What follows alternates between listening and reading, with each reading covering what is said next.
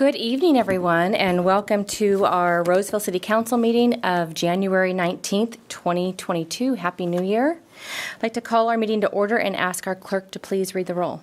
Councilmember Alvord. Here. Councilmember Rakucci. Here. Councilmember Mendonça. Here. Mayor Bernasconi. Here. Thank you. I would like to ask the new Roseville Chamber CEO, Rana Godbon, would you please lead us in the Pledge of Allegiance? Hands over your hearts. I pledge allegiance to the flag of the United States of America and to the republic for which it stands, one nation, under God, indivisible, with liberty and justice for all. Thank you. Thank you. I'd like to ask our clerk if she would please read the meeting procedures for this evening. Good evening and welcome to tonight's City Council meeting. If you've not already picked up an agenda, they are available at the end of the staff table. They're the blue forms over there. If you're here to speak to an issue that is not on the agenda, you may do so under public comment. 25 minutes is allotted for public comment with a 3-minute time limit. As a reminder, the Brown Act does not permit the City Council to take action on issues that are not listed on the agenda. If you wish to speak to an item that is on the agenda, you must stay within a 5-minute time limit. 25 minutes has been allotted for public comment. Speakers may address the City Council at the podium, and the time limits will be monitored. When the light on the podium blinks red, you'll be asked to conclude your comments.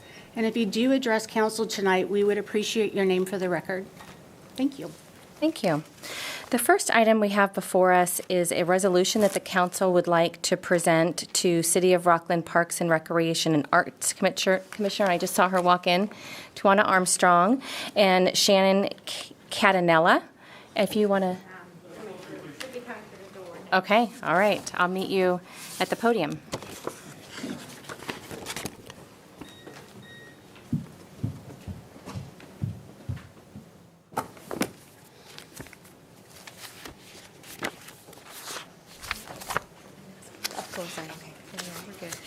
Nice to see you. You too.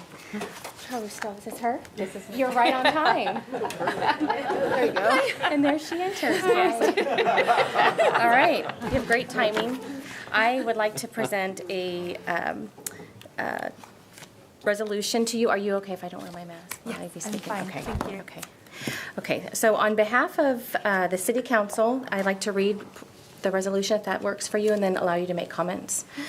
So whereas Reverend Dr. Martin Luther King Jr. was born January 15th, 1929 and dedicated his life to serving and securing the nation's fundamental principles of liberty and justice for all. Dr. King was the leading civil rights advocate of his time, spearheading the civil rights movement in the United States during the 1950s and 60s and earned worldwide recognition as an eloquent and articulate spokesperson for equality. Dr. King lifted the hopes of our nation with the powers of his voice and his pen, invoking the founding ideals of our country. Whereas behind the pulpit at Ebenezer Baptist Church in Atlanta, Dexter Avenue Baptist Church in Montgomery, and the National Mall in Washington, or from a jail cell in Birmingham, Dr. King beckoned us toward justice and through nonviolent resistance and oratory skill. Placer MLK has celebrated the legacy of Dr. King with a yearly march. January 17th, 2022 marks the fourth annual Placer MLK Junior March and Family Celebration Day. This year's theme is Inclusion and Belonging, His Dream, Our Determination. Placer MLK March invites students to contribute expressions of creativity, talent, and that celebrate the life of Dr. King. Placer MLK's mission is to encourage inclusive opportunities in Placer County by building and helping others live up to a shared purpose to serve all. So on behalf of the Roseville City Council, we'd like to recognize Placer MLK on your efforts to promote a strong community, increased opportunities for representation, and celebrating the living memory of Dr. Martin Luther King with the annual Placer MLK Junior March and Family Celebration Day, and encourages the residents in our community to participate in the event, which was earlier this week. So thank you for all of your work, and I'd like to invite you to say a few words if you like. Thanks, Mayor. Okay, thank you. I'll follow you. Thank you. Sorry for my last minute run.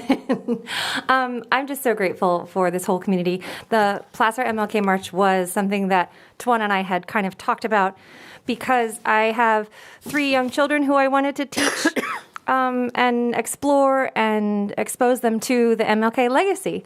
And it turned into an event that was so well received in the first year that we're in our 4th year. We had over 300 attendees who safely participated in this march. We had a record number of poster contestants who submitted their images and ideals of what the day would encapsulate. We also had a poetry contest, and you can read more about it in the Placer Herald. They did a beautiful piece on it, and then they did an opinion piece on it, and I'm so grateful for this community. And hopefully there'll be another article forthcoming that will be able to showcase those contest winners. Those are the local kids in your community from across Rockland, Roseville, Granite Bay, Loomis, Auburn, Lincoln, just everybody. So just thank you. I express the same thank yous for your recognition of the work that's being done by Placer MLK. If you would please indulge me, turn to your neighbor and say, "You look as beautiful as Placer County." You look as beautiful as Placer County. And your response should be, Yeah. response should be, "I am so glad that you know what you're looking at." Because we are Placer County, and that is exactly what we stand to embody. So we ask that as we move forward throughout the year, not only do you quote Martin Luther King, but you live his life, his legacy. We're asking those who are so inclined to pledge to live as Dr. King encouraged us to do. Whatever it is you may be able to do, however, how small. There is a Placer MLK Day. Thank you. Placer MLK Day Facebook page. And if you're so inclined, share.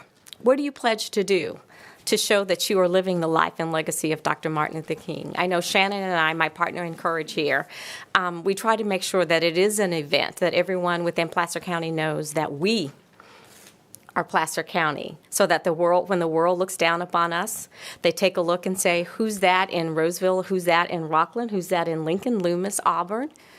They see the diversity, the equity, the equality that is here within Placer County. So thank you, Mayor. Thank you, esteemed council members. We do appreciate the recognition, and we do want you to mark your calendars to join us next week on Monday, January 16th at Johnson Springview Park. So thank you very much.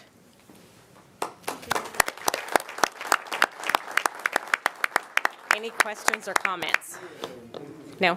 Okay. Thank you. Thank you both. Thank you, Shannon. Okay, I'll open it up to public comment. Now is the time for anyone to come to the podium on public comment and any item that's not on the agenda. We do have a few that have filled out the yellow cards. If you would like to mention something, make a comment, you can fill out a card there. Gary, I see you're at the podium, so I will call your name. Gary McDonald. You want to make your comments? Okay, I hopefully didn't jump the line. Okay. Nope, Thank you're you. good. But I do have others, so I can call the names, and then if we missed any, you can bring them up here, and we can make sure we hear from you. Good evening, Madam Mayor and Roseville City Council members. My name is Gary McDonald. I'm the Executive Director of Lighthouse Counseling and Family Resource Center. We serve Placer County with offices in Lincoln, Auburn, and Roseville. We provide low to no cost mental health counseling, therapeutic groups, and educational classes to low-income families in need. We also help families access needed resources such as diapers, car seats, seasonal assistance, CalFresh, Medi-Cal, gift cards, and so much more. First, I'd like to acknowledge your support of Lighthouse Services throughout the years via the Citizens Benefit Fund and REACH funding. I'm here tonight to express interest in applying for American Rescue Plan Act funds, also known as ARPA. I previously emailed my proposal to City Council September 21st last year, 2021. Specifically, Lighthouse is requesting $75,000 per year for 2 years for a total of $150,000 to partially compensate 2 Roseville-based counseling staff members and other related services.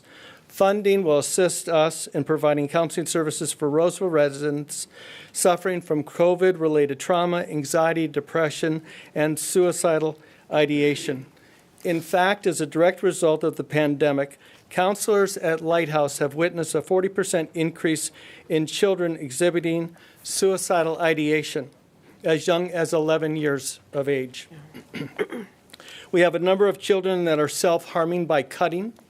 We're also providing counseling to children that we're seeing because of failed suicide attempts. At Lighthouse, we believe mental health is critical for a healthy workforce and respectfully request consideration of our proposal.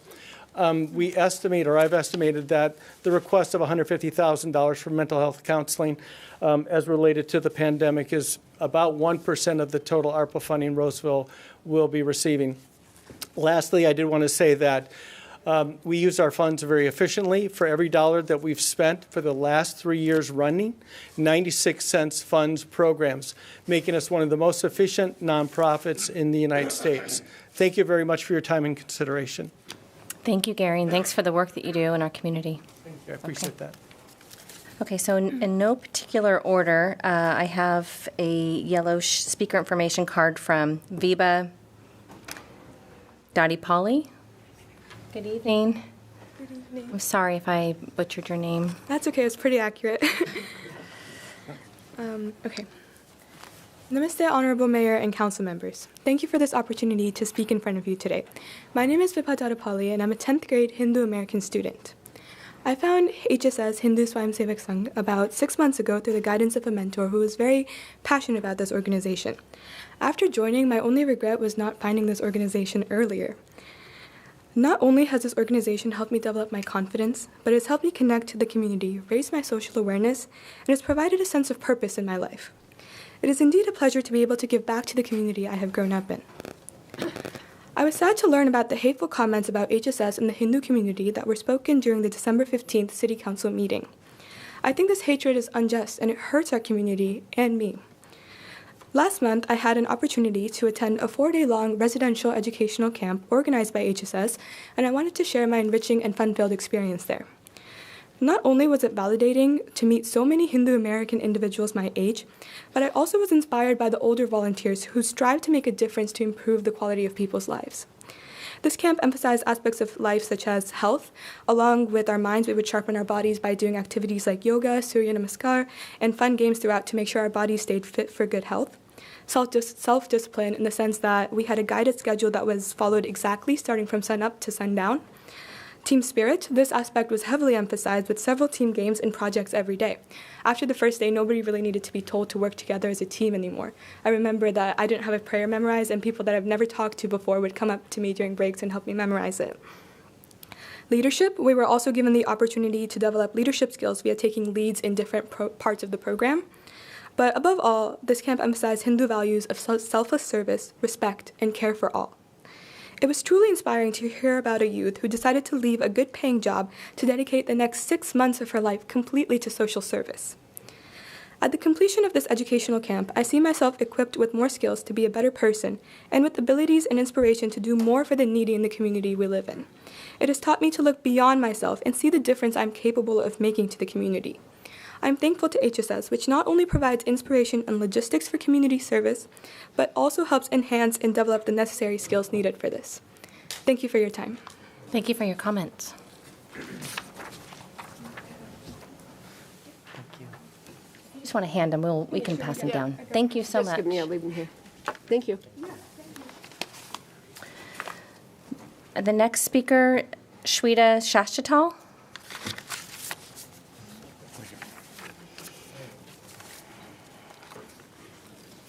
And then after, I will call Abhinav Sharma. Good evening. Honorable Mayor and Council members of City of Roseville, I am Shweta Shashittal, a proud resident of Roseville and a representative of Hindu Swayamsevak Sangh, HSS. We all are proud of the City of Roseville as the best example of the vibrant inclusiveness of its diverse backgrounds and cultures. In the December 15 meeting, a politically motivated individual made hateful and extremely inflammatory allegations on HSS and the Hindu community at large. The words used in relation to HSS, like fascism and a paramilitary, are baseless and venomous allegations. As we all know, HSS is a US-based 501c3 voluntary, non-profit, social, educational, and a cultural organization where we only learn about giving back to the community, loving and respecting each and every one, irrespective of their faith. HSS brings great Hindu pluralistic values in making us not only good citizens but good humans. I appeal to all the council members to reflect upon your personal interactions with the Hindu community and HSS and evaluate our actions based on your experience. We would love to have you all in our upcoming events and celebrations. We appreciate the council's patience and willingness to listen to our community's concern in today's meeting. As always, the Hindu community look forward to helping make our city inclusive, welcoming, and a peaceful place for all the citizens. Thank you to all the City Council members and officials who personally took the time to respond to our email, and Deputy City Manager for responding on the city's behalf. Thank you, and God bless America. Thank you. Thank you very much for your comments. I think that there are a few of you that want to talk through the public comment that we heard from the December meeting, because we have received a number of emails about it. And I would just like to ask our city attorney if she can comment briefly regarding what is permitted and not permitted during public comment, so we all understand the basis of these comments. So good evening. So I've had a chance to review the emails that have been coming in about the comments that were received at the December 15th council meeting. And I just want to say that during the public comment period of a city council meeting is governed by state law, the Brown Act, and the First Amendment to the United States Constitution. And the city council is legally required to provide this forum, this platform, for members of the public to get up and to speak about items not only on the agenda, but that are off the agenda as well. But the law does not prevent them to take action on things that aren't on the agenda or to respond to commentary. So although some speech can be deemed hateful speech, the U.S. Supreme Court has deemed that hate speech is protected by the First Amendment, and it is not illegal unless it's intending to incite violence. So council's silence does not mean that they condone the speech or they endorse the speech. It just means that they're providing their legally required forum for people to speak. The council speaks by adopting resolutions and proclamations like they did tonight. So I just wanted to let you know, because some of the comments that have been coming in are asking the council why they didn't silence the speaker on December 15th, and that is why. Thank you very much, Michelle. Okay. The next speaker we have is Abanar Sharma. Good evening.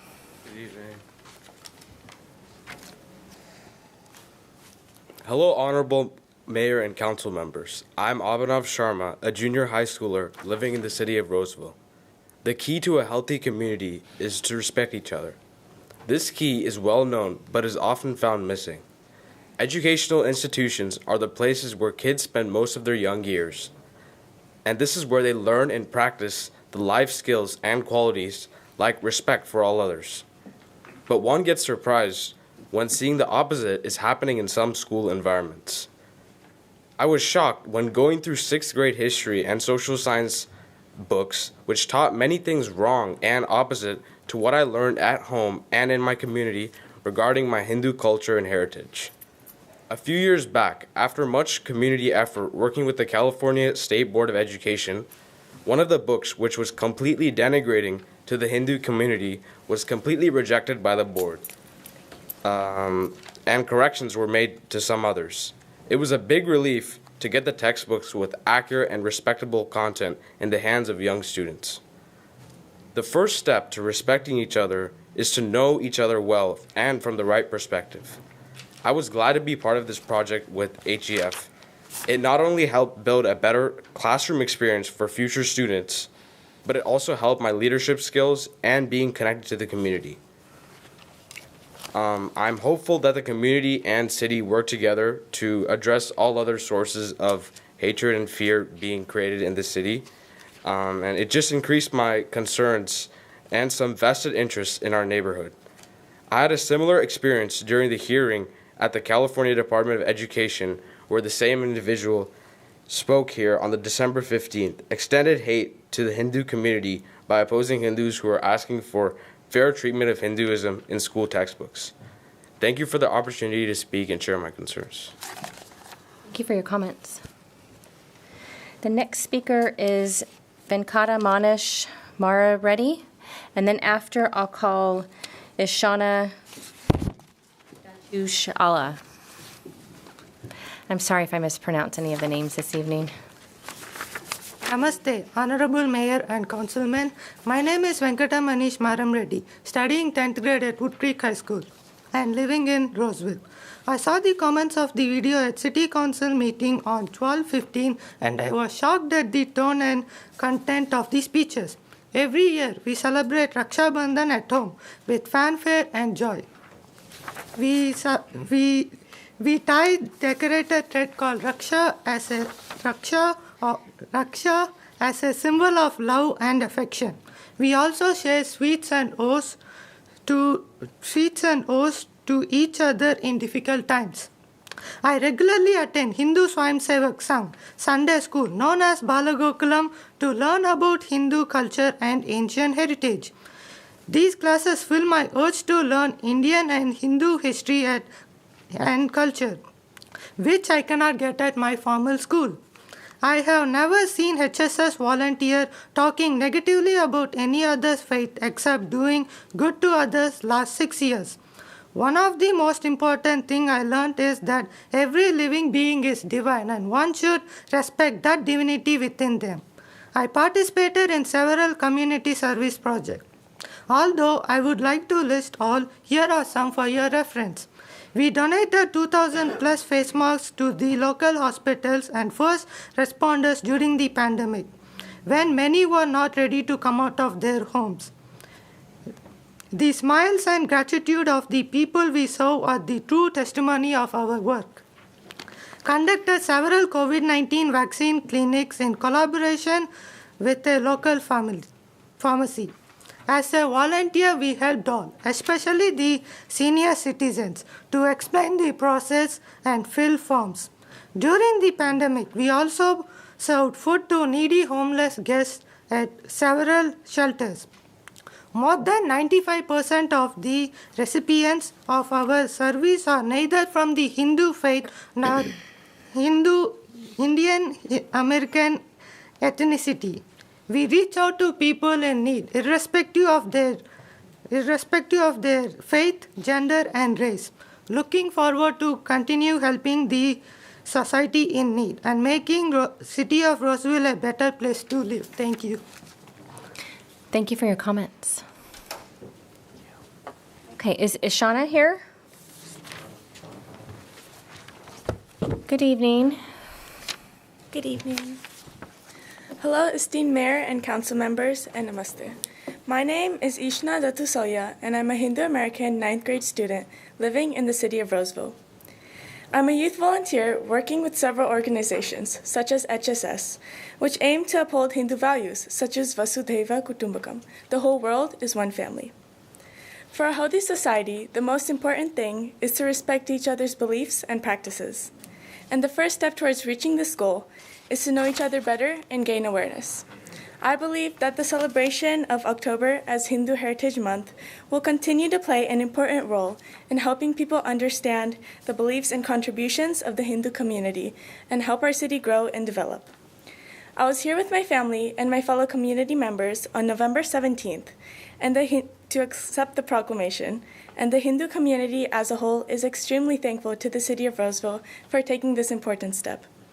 I was shocked while going through the replay of the December 15th City Council meeting, where the opportunity to speak in the public comment section was misused by an individual to paint the Hindu community with a brush of hatred and prejudice.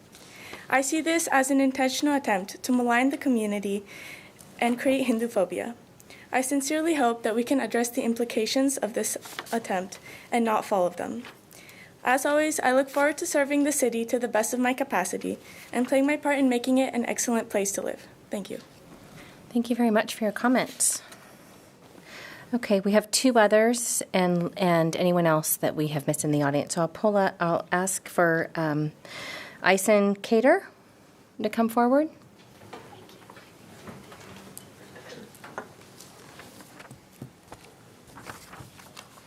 Good evening, Honorable Mayor and council members.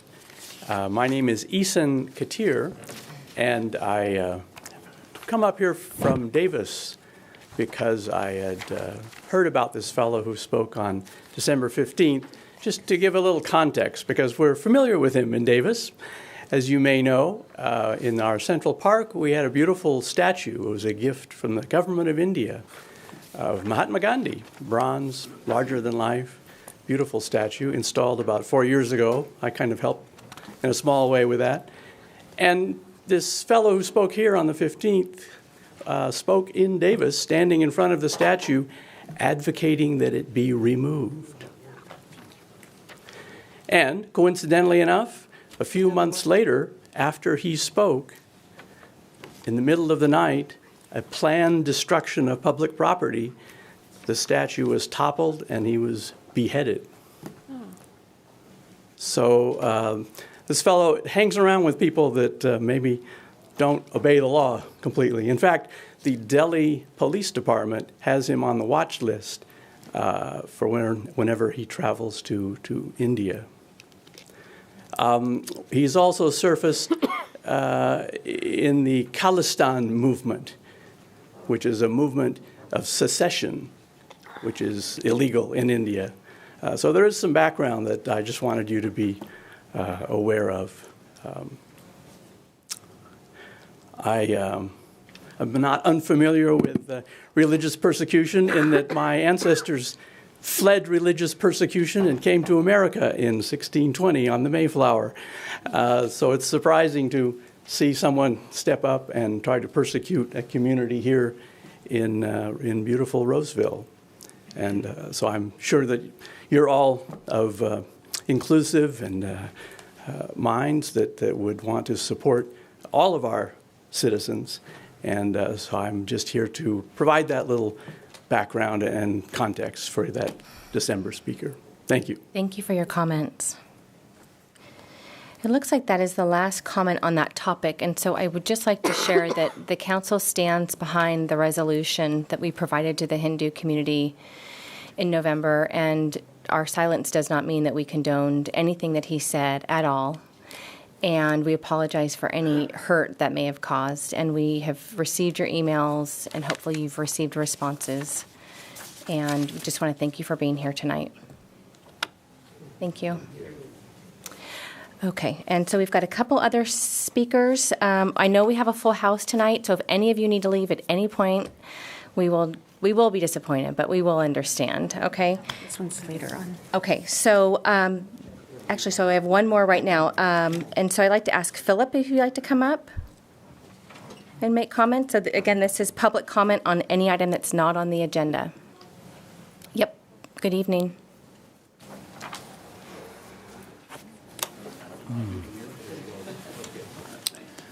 Thank you. My name is Philip Sugg, and I appreciate the opportunity to speak to you, council members, in regard to what I have observed, and it's been troubling to me, about the growing homeless camping population in Roseville. Homelessness is an ongoing problem in the cities across the nation. Here in Roseville, California, we have two types of people in this broadly defined category. Homelessness is the vulnerably displaced individuals who seriously want to get out of their predicament and can be helped, and the vagrant types of people who have become professionals at gaming the system and who do not want to get out of their predicament. The term vagrant has been completely erased out of our vocabulary and our legal system. It used to accurately describe persons who did not want to take any responsibility for their lives, preferring instead to expect others to take care of them.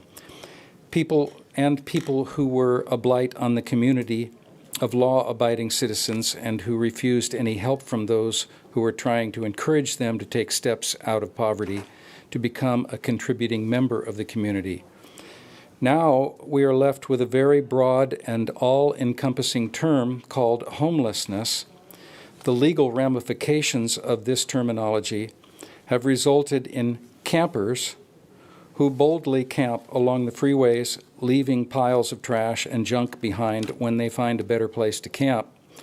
All over Roseville, they are visible in our public parks, along our creeks and bike paths, in public parking lots, and along the streets in our business districts. They urinate and defecate in our parks and streams, and they present a clear and present danger to our children and our young people. They are a visible blight to our once beautiful community, and they carry an attitude of aggression and intimidation. They are street smart and at exploiting useful circumstances, and they also have a formidable backing from woke, progressive, socialist community organizers and legal representation within the system, not to mention the power brokers in positions of influence within the state and legislature and the governor. My question is tonight, what is being done or proposed to be done so that tax-paying homeowners can put a stop to this threat to our community? And I will sit down and let that be something that you guys can decide. I just felt like I needed to make a comment. Thank you for hearing me out. Thank you. We appreciate your comments. And I just asked our city manager, can you leave a phone number with us so that someone, okay. For your comments. Okay, is that it for public comment? And we also have public comment at the end of our meeting too. So at this point, I'll close public comment and we will move on to the consent calendar. And I ask our clerk if she would announce the procedures for the consent calendar. All matters on the consent calendar are considered to be routine in nature and will be passed by one motion. There will be no discussion of consent calendar items unless a member of the City Council, staff, or the public requests an item be removed. At this time, item 7.4, which is the citywide retention schedule, has been dropped from tonight's agenda. And Councilmember Alvord has a conflict of interest on consent item 7.20 and will be recusing himself from voting on that item because an event his company is organizing, the Placer Valley Business Summit, is sponsored in kind by PVT. Are there any other items that anyone in the audience wishes to remove from the consent calendar? Seeing none, may I have a motion to approve the consent calendar with Councilmember Alvord recusing himself from 7.20 and item 7.4 being dropped from the consent calendar? So moved. Second. Vice Mayor Haudashelt? Yes. Councilmember Alvord? Yes. Councilmember Rakucci? Yes. Councilmember Mendonça? Yes. Mayor Bernasconi? Yes, thank you. So that does it for consent calendar. In the interest of health and safety of the members in attendance tonight, some of the items will be heard out of order to allow the public to leave once the item is heard. The first items to be heard off consent tonight will be items 9.2 and then 10.1.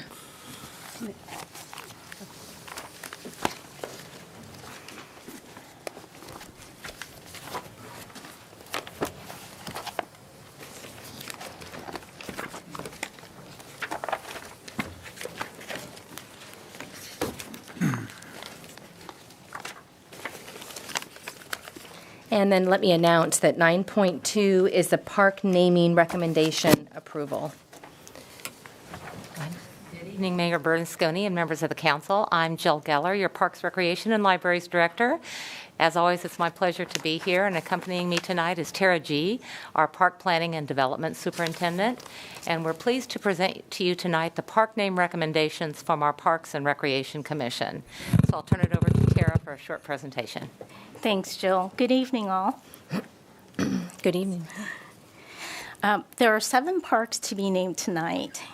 The 7 parks include F94, which is a pocket park. It's about a 1.45-acre site at Chalice Court and North Hayden Parkway, North Hayden and Holt Parkways. This is a turnkey or developer-built project by Taylor Homes. F51 is a school park site. It's about 12.15 acres off of North Hayden Parkway, adjacent to the new Riego Creek Elementary School in the Fittement Farm area of West Roseville. The third park is W50D, which is a neighborhood park, about 1.23 acres off of Garland Way east of Westbrook in West Roseville. Another school park site, WB50, is about 8.74 acres, located off of Solaire Drive and Solar Point Drive in the Westbrook area of Roseville. JM50 is another school park site. It's about 7.73 acres, located off of Upland Drive in the new Sierra Vista area, and it's adjacent to the future Rex Morgan Elementary School. We have two more still. CO62 is a linear park, or what has been referred to as a couplet. It's about 2.3 acres off of Crimson Ridge Way in the Campus Oaks area. That too is to be built by the developer as a turnkey project. And last but not least is CO64/HP. It's technically a citywide park. It's about 8.5 acres in the Campus Oaks area, adjacent to the former HP campus. That is also going to be built by the developer as a turnkey. And this parcel has not yet established an actual address or location.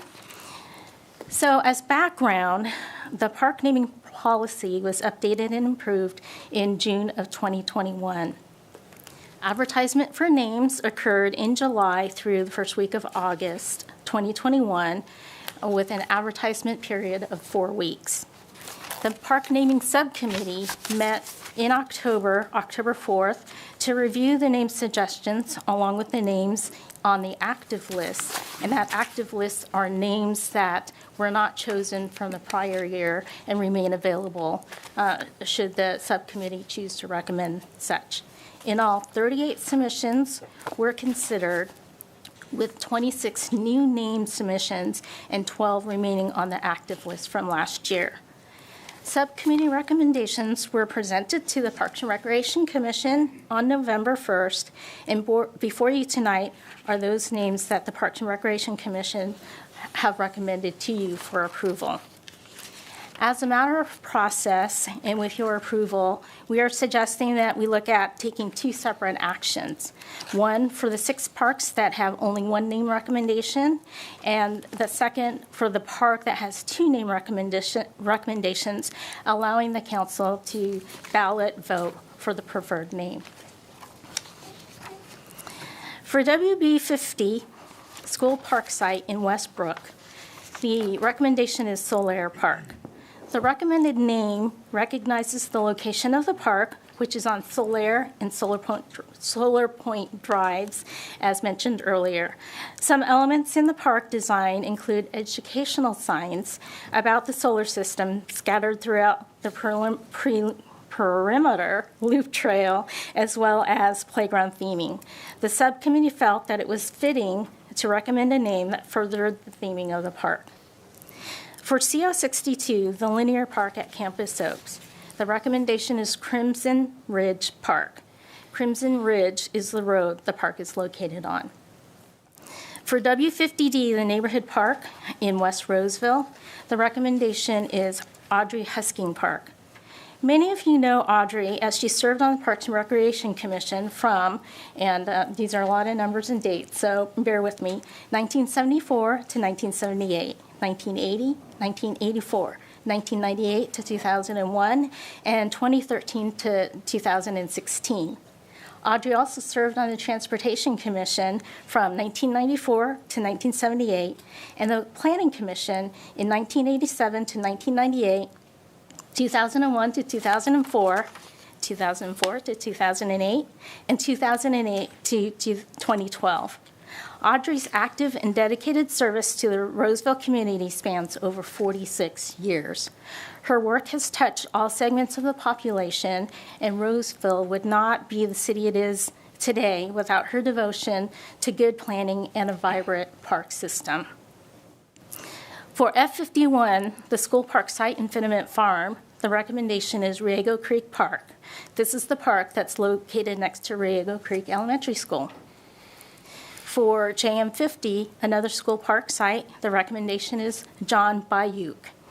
John was a member of the Roseville City Council, serving multiple terms from 1984 to 1991.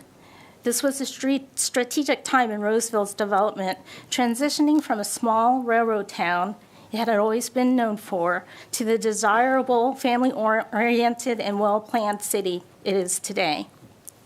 John also served as a member of the Bulljohn Cooking or Kitchen Crew, which was a group of civic-minded men who cooked thousands of dinners at community fundraisers, one of which was to raise funds for the police department to bring SWAT service to Roseville.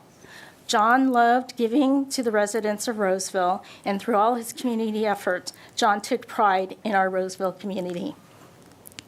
For F94, Pocket Park, in the Fittement Farm area, the recommendation is Kei Sakamoto Park.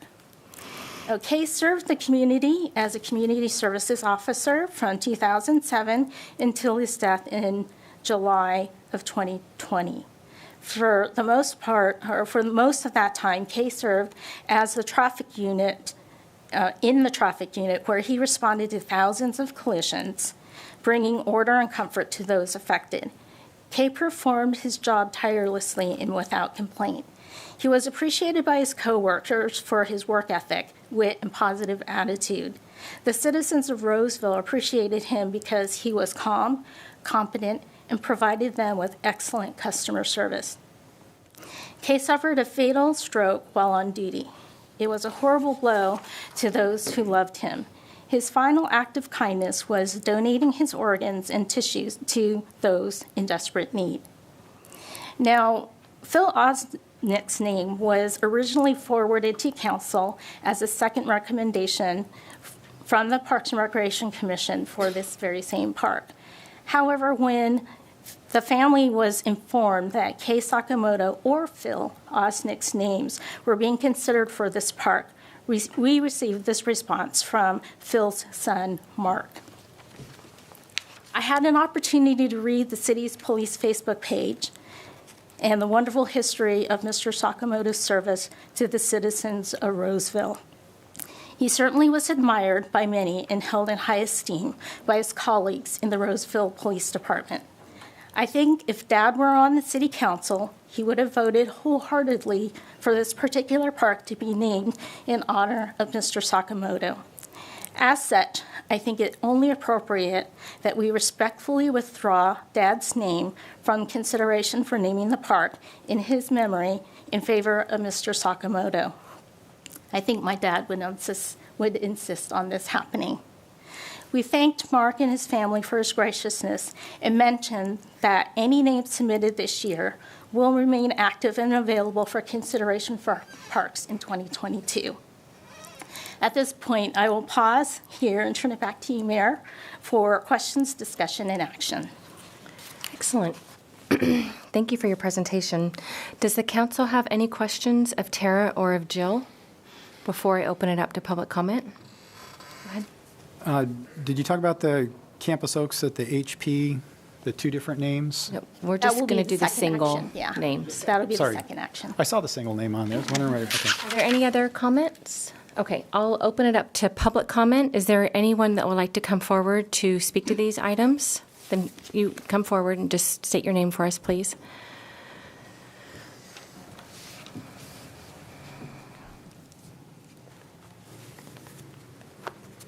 Good evening. Good evening. My name is Michael Husking, and I'm Audrey Husking's oldest son. I brought my wife, Cindy, and my daughter, Sienna, along with me tonight. We're here this evening to thank the Park Naming Subcommittee for the recognition of my mother's service and to thank you for your consideration to confirm their recommendation. My mom began her service to the city of Roseville with her appointment to the Transportation Commission in 1974. After serving 4 years on transportation, she served 3 terms on the Parks and Recreation Commission, 3 terms on the Planning Commission, back to Parks and Rec for the term in 1998, returned to Planning in 2001 for another 3 terms, was appointed once again to Parks and Rec in 2013, served 2 more terms there, and finally in 2021 was once again appointed to the Transportation Commission, where she currently is serving. Upon the completion of this appointment in 2024, she will have been a city commissioner for 50 consecutive years, which is just amazing. Her dedication, generosity, and passion are remarkable and an inspiration to me. Finally, I'd like to thank my father, Michael Husking, and sister Carol Husking-Lindermer. A little over 15 years ago, my dad contacted my sister with the idea to submit an application for park naming. He sent the application to her, and they started working on it. But unfortunately, the application was put aside as he was diagnosed with cancer and passed away in 2012. So in May of 2020, my sister approached me. Well, actually, she found the fax application from many years ago and asked me to help her complete it. So here I am. I kind of did a lot of research on that. So if you confirm and approve naming park site W50D Audrey Husking Park, it would be a great honor to both my mom and dad and entire family. So I really thank you for your consideration. A couple other side notes. We noticed the proposed name for the large park on the former HP campus. They're adjacent to it, Super Happy Fun Park. That, you have to vote for that too. That is just so cool. And finally, my mom doesn't know anything about this. It's been a total clandestine operation, so it's our little secret for now. Thanks again for your consideration. I really appreciate it. Thank you for your comments. Is there anyone else that would like to speak to this item?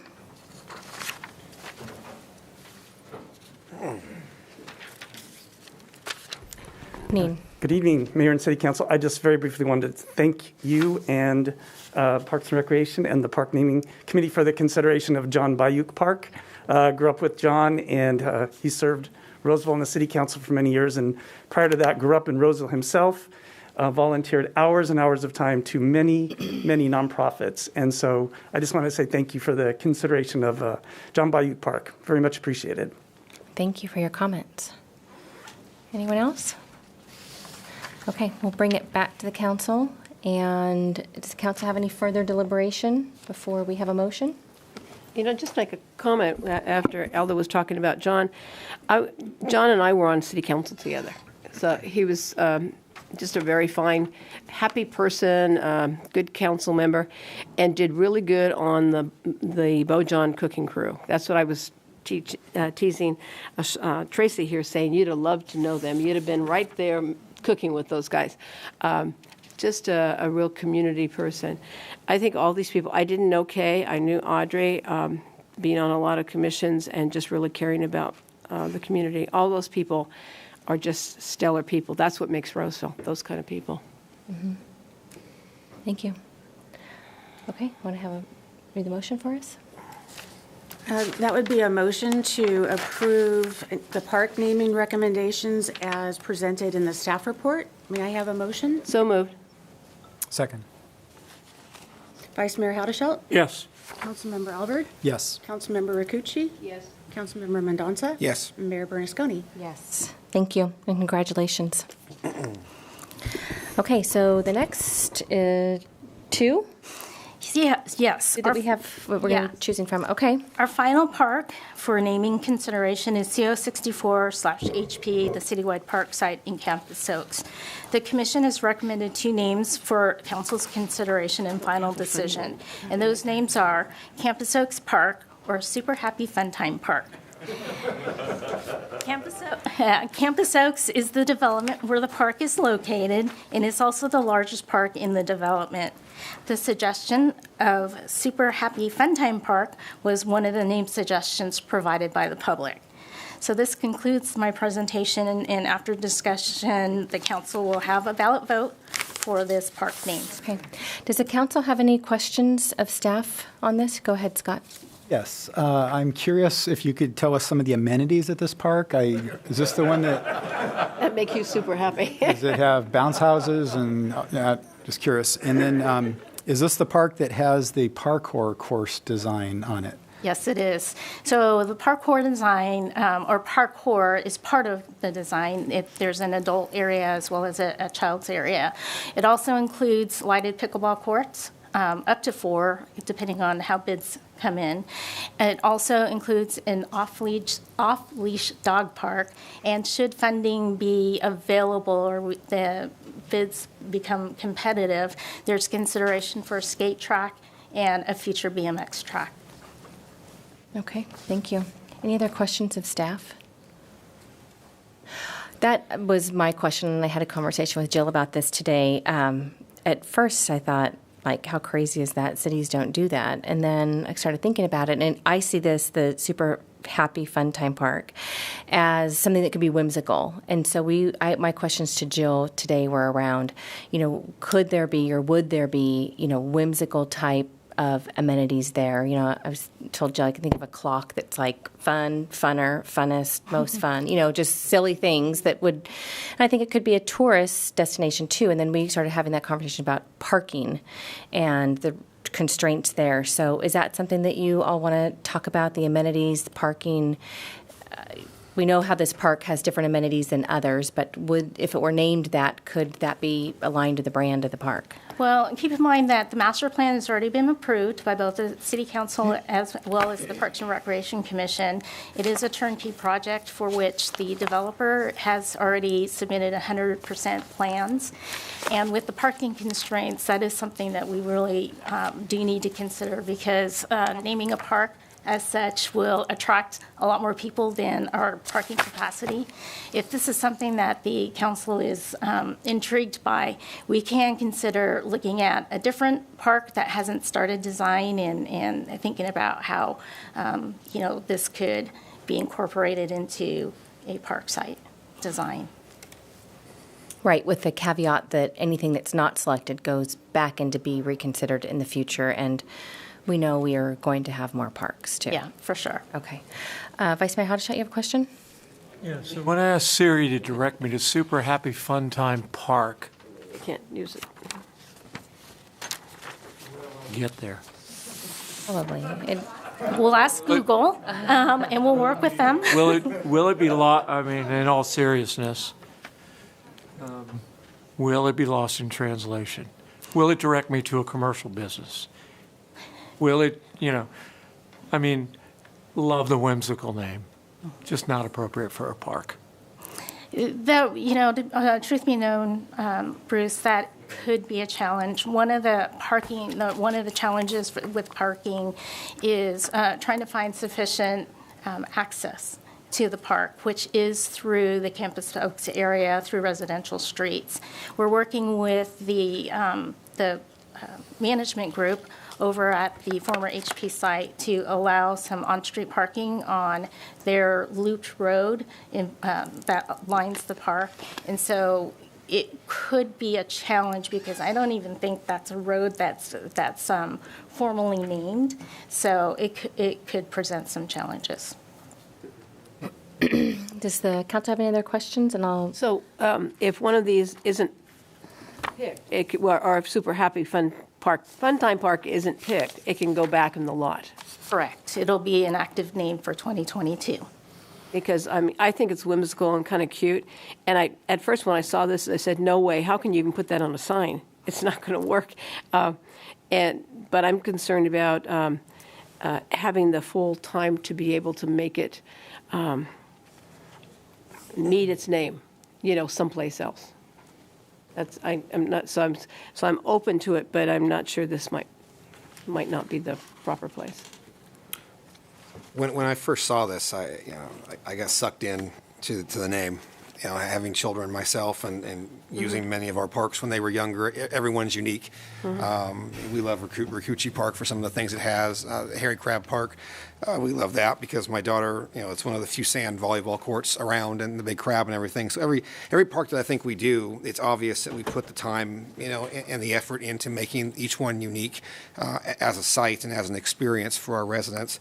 But the more that we kind of talked about it tonight, I appreciate the idea, to Councilmember Rakucci and Mayor Bernasconi's comments that maybe this is something where we take the name and evolve the concept around it versus applying the name to a turnkey park where it would get lost, where I think that, it wouldn't live up to expectations. Not that all of our parks have an expectation, but I think with a name like this, you got to deliver. You don't want to certainly disappoint. You don't want people walking out of there saying that was not a super happy fun time. It was a marginal fun time. And the location of the park, and we know this is going to be surrounded by homes with families. I think that we'd be remiss if we weren't cognizant of where we were serving and where this park was being placed. So, I would like to see it. I'm glad that we can put it back in the pool, but I guess my comment wrapping this up is I really like this idea of maybe creating a park with specific amenities around the name. I think it's just a phenomenal idea. So thank you for your work. And I guess that begs a question around process, because usually the parks are planned and then named, right? So if we wanted to go in that direction down the road, how would you think that we would approach that, the name first and then the amenities that would align to the Well, name? we've never done that before. But if there's a desire tonight for council for us to seek an appropriate site, we would do that and look at the design that's based around that name. Okay, so it could be done. Mhm. Okay. Unless the council has any other questions, I'll open it up to public comment. And is there anyone that would like to speak to this item? Could be a good time. All right. Oh, yeah, we have a winner. All right. Please come forward. Just tell us your name, please. My name is Blake Baumgarten. I represent the developer on this. And I do think the Super Happy Fun Time Park is a cute name, and I think it's a great idea for a future concept. My only concern is with the months and months that have been put into designing this park, and it hasn't been designed with that concept in mind, that to try and turn around and redesign it to affect, providing what you are looking for. I think it'd kind of be a mistake that I think families and children would leave not being super happy and fun, just with that initial design in mind. So I think it would be a great idea for a future park. Thank you for your comments. Thank you. Okay. Anyone else? All right. I'll close public comment. In front of us, we have a ballot for us to circle the option that we want. Can I make a comment? I was waiting until Sure. after public comment. Oh, that's better. I was very intrigued with the name. Having parkour, and if they pulled out the pump track, skate park, that, and pickleball for the older folks like me, I thought that was a great name. But the Super Happy Fun Time Park with a super sad non-existent parking is going to be an issue. So I think I kind of agree with you guys on this one. But I would like to see something like, I think that's just an excellent draw, but I can already imagine the calls coming to us. So, for and one parking. other comment, all our parks are really fun. They're all different. And I think so they're all really super fun. But if we're going to have that kind of name, and so the first time I saw it, I said, no way, it won't fit. What do they really mean? And then I thought it was a really cute little kid's name. And I agree with I think it's really nice, but I think, hey, we have a chance to plan. This one that's coming up is a good park that's coming up. These people are going to have a wonderful park. But we just have to maybe, and when you go to other parks, you see what they have. It's something there. We went to John L. Sullivan Park, and there's a car, and there was another one we went, there was a tractor, and there's all kinds of cute things. So we have really kind of cool things, but we have a chance to make super fun park fun, even more fun. How's that? Okay, thank you. The ballots are in, so if our clerk can read them off, please, and then we'll have a motion. Vice Mayor Haddishelt votes for Campus Oaks Park. Councilmember Alvord votes for Campus Oaks Park. Mayor Bernasconi, Campus Oaks Park. Councilmember Rakucci, Campus Oaks Park. And Councilmember Mendonça, Campus Oaks Parks. May I have a motion to name the park C064/HP Campus Oaks Park? So moved. Second. Vice Mayor Haddishelt? Yes. Councilmember Alvord? Yes. Councilmember Rakucci? Yes. Councilmember Mendonça? Yes. Mayor Bernasconi? Yes, thank you. Okay, thank you for that information. Okay, and we're taking things a little bit out of order tonight. We will move to item 10.1, which is the Library Board unscheduled vacancy appointment. Yes, thank you, Mayor. The Library Board has an unscheduled vacancy due to a resignation. We did a recruitment and received 12 applications. And tonight we are asking you to appoint an individual from the 12 applications we received for a term ending December 31st, 2022, I'm sorry. I kept going. I didn't get one. You need to take public comment first. Thank you very much. Okay, I appreciate that. So I will open up to public comment. Is there anyone that would like to speak to this item on our Library Board appointment? Okay, I'll close public comment. We can vote and submit our ballots to our clerk.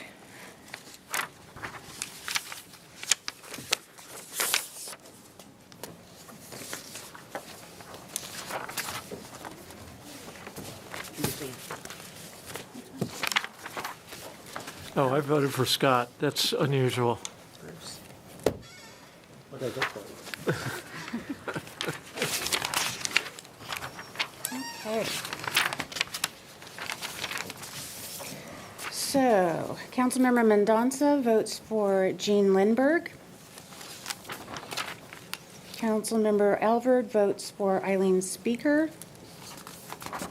Councilmember Rakucci votes for Eileen Speaker. Mayor Bernasconi votes for Eileen Speaker. Vice Mayor Haddishelt votes for Casey Mills. May I have a motion to appoint Jennifer Speak? Oh, wait. Combo of the names. Yeah, that threw me here. Okay, so, Eileen Speaker. well, okay, so that one's Speaker. Sorry about that. Eileen Speaker. Yeah, they were all Eileen Speaker. Excuse me. May I have a motion to appoint Eileen Speaker? So moved. Second. Rakucci, Alvord. Vice Mayor Haddishelt? Yes. Councilmember Alvord? Yes. Councilmember Rakucci? Yes. Councilmember Mendonça? Yes. And Mayor Bernasconi? Yes. Congratulations to Eileen Speaker, and I will say on behalf of the council that we had a 2-hour videotape as well as all the applicants from folks, and we had a really qualified pool from which to choose. And so I would just send the message to those that did not seek an appointment that many of us are here because we didn't get our first appointment either on if we served on the board. So please apply again. And Mayor, I'm just going to add that I directed those to the Parks and Rec, Friends of the Public Library, and look at our Parks and Rec master plan since they expressed an interest. Yes, and we have a couple unplanned vacancies right now that the clerk's office is recruiting for too. I cannot speak to those right now. So those are always on the website for people to take a look at those. Okay, we will move on to item 8.1, which is the Roseville Firefighter Local 1592 MOU and salary schedule update. And we have our Human Resources Director, Stacy Peterson, with us. Good evening. Council members, I'm pleased to be here this evening to present the successor MOU for our Roseville firefighters, Local 1592. Again, I'm Stacy Peterson. I'm the Human Resources Director.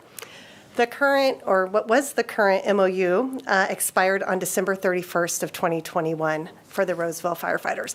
And let me just clarify that I will refer to them as RFF going through the presentation so you're not confused. The Roseville Firefighters Local 1592, or RFF, consists of 110 positions that fulfill our fire department responsibilities in the community. We started bargaining on September 13th of 2021 and reached tentative agreement in December, which was subsequently ratified on January 11th of 2022. I'd like to thank the negotiating teams for their hard work in this round of bargaining. I'd like to recognize Tim Davis, who's with Burke, Williams, and Sorensen, who was the city's chief negotiator. And I'd also like to recognize Jerry Camus, who's the chief negotiator for RFF. There were many complex issues to work through collaboratively to reach these agreements within the authority granted by City Council. And overall, in this process, it's the city's goal to remain competitive for recruiting great talent and for retaining our experienced and skilled staff in the city, as the cost of turnover, or there is a huge cost to turnover, especially for the firefighters unit. While the staff report goes into more detail, I'm going to share the major elements of the successor MOU applicable to all of the members. So if we can go to the next slide, please. We were pleased to negotiate a 4-year term, and the wage increases for year 1 will be implemented January 15th of 2022, which range from 3% to 5.93%. In year 2 and year 4, the total compensation study will be used to set salaries at the 55th percentile instead of market median to retain the highly engaged city team and to support our recruitment challenges.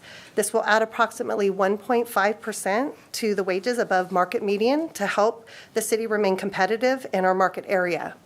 The labor market adjustments will be presented to council prior to January of 2023 and January of 2025. In year 3, a 2.5 general wage increase will be provided in the first full pay period of January 2024. And we also negotiated changes to the salary schedule B. And I just want to give you a little bit of history.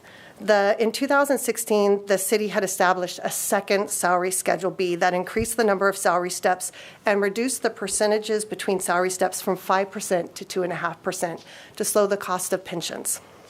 In 2019, the city reached agreement with RFF to remove the 5 lower salary steps from the 15-step range to address some serious recruitment challenges we were experiencing.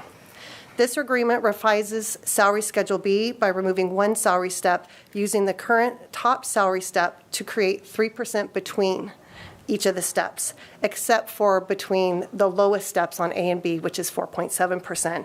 And this is to be consistent with our other bargaining groups. The city sought to be more consistent in our market agencies by also creating, on the next slide, a tiered flex credit contribution for health benefits. And this means that we have created a different contribution amount for employee-only level, employee plus 1, and the family level.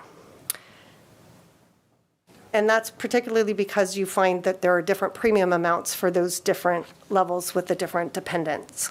The city contribution at the employee-only level was reduced by $58 per month, and this still fully covers the cost of premiums at this level.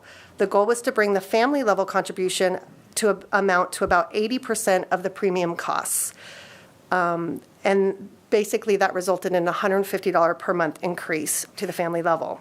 In year 2, 3, and 4, we again are trying to keep the city contribution at about 80% of the family level premium costs. That's the goal. So the fiscal impact to this current fiscal year general fund is $494,000. The known 4-year compounded cost to the general fund is $6.7 million. The labor market adjustments for year 2 and 4 will be determined once the total compensation studies are completed, and staff will present wage adjustments to council again prior to implementation in January 2023 and January 2025. So with that, staff recommends council adopt the resolution approving the Roseville Firefighters Local 1592 Memorandum of Understanding and adopt an ordinance to approve the attached RFF salary schedules reflecting the wage increases and Schedule B compressed salary range from 10 steps to 9 steps. And I'd be happy to answer any questions that you may have. Thank you very much. Does council have questions of Stacy? No. Vice Mayor Hadashot? Yeah, Stacy, from beginning to end, how long do these negotiations take? We started on September 13th, so pretty much 4 months, right? September, October, November, December, all the way through. And you have different classes of employees within the fire department, right? Yes. Different Yeah. We have our safety and It's a our non-sworn. multifaceted, robust conversation okay. Absolutely. And then,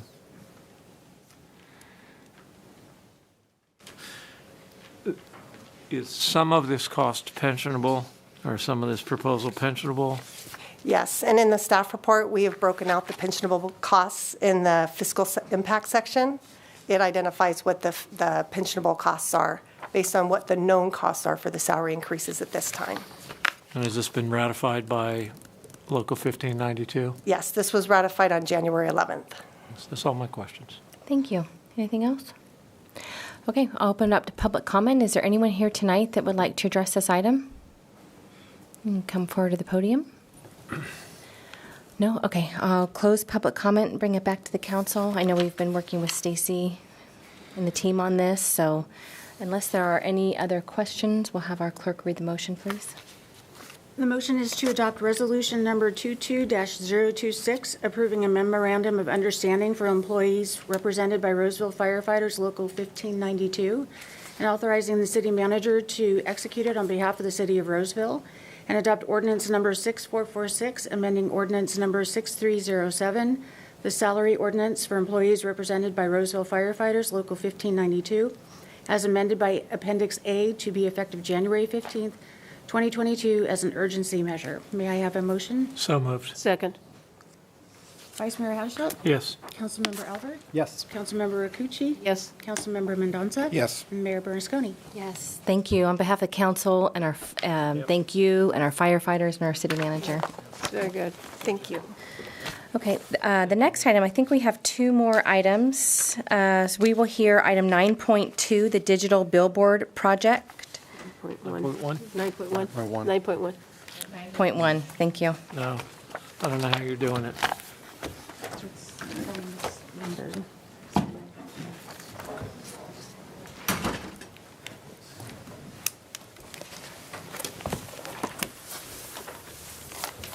Good evening. Good evening. And you should really introduce yourself good today Oh, because we have our nice. new Economic Development Director in your first presentation. So nice to see you, Melissa. Hi, Robert. Thank you. Thank you. Good evening, Mayor Bernasconi and members of the council. I am Melissa Anguiano, your city's new Economic Development Director. I don't know how much longer I'll be able to say new, but I am pleased to be here tonight and excited to present this item. I am pleased to introduce tonight's item and staff's request for the City Council to adopt the Mitigated Negative Declaration, approval of the Mitigation Monitoring and Reporting Program, and approval of ground leases and subleases for the Digital Billboard Project. I'd like to thank the team that has led this project, and in particular Rob Klein from Economic Development and Joe Mendel from the City Attorney's Office for all their work. Tonight, Rob Klein will provide a presentation on the project and be available to answer any questions you might have. Thank you. Thank you, Melissa, and good evening, Mayor Bernasconi, members of the council. I'm Rob Klein, and I appreciate the opportunity to present this digital billboard project to you tonight. Let's first provide some background on the project. Since the adoption of Measure B in 2018, staff has continued to evaluate opportunities to create additional revenue sources. One such opportunity is the digital billboard project, which presents an opportunity to produce millions of dollars in general fund revenue over its life cycle and would provide a valuable marketing tool to the community and its businesses. There are two existing digital billboards in the city of Roseville. Both are eastbound reads located on Interstate 80. One is owned by the Roseville Auto Mall, operated by Outfront Media. The other is a city's board located at Golfland Sunsplash, operated in conjunction with Clear Channel Outdoor.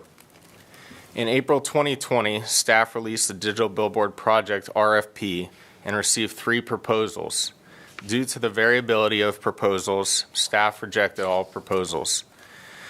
To refine the scope of the project, staff obtained the following direction from City Council in October of 2020.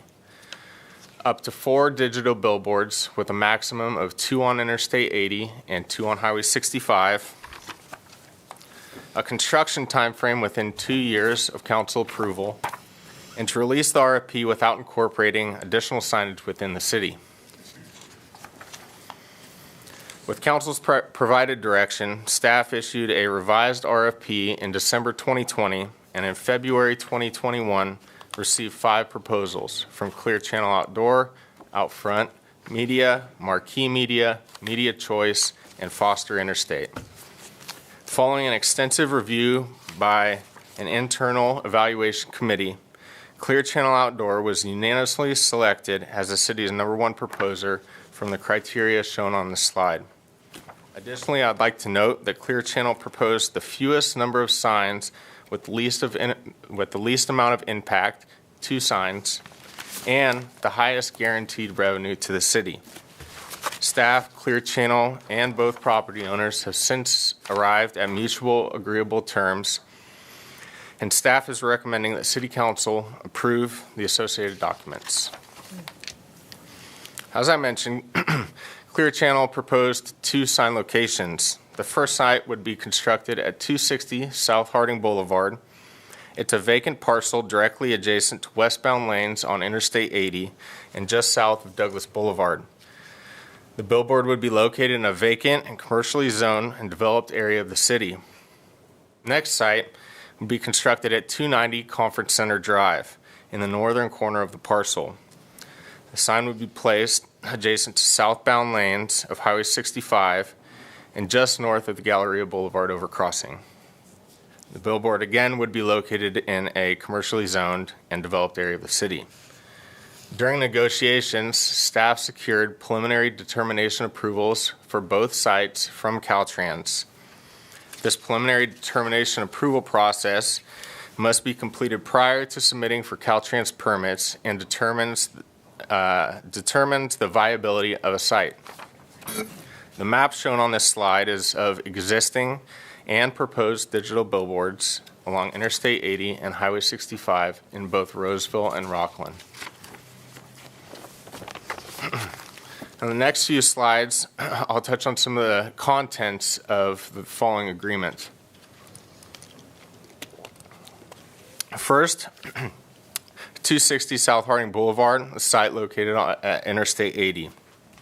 The property will be leased to the city for $60,000 per year with 2% annual escalations starting at year 11, totaling approximately $1.2 million over 20 years.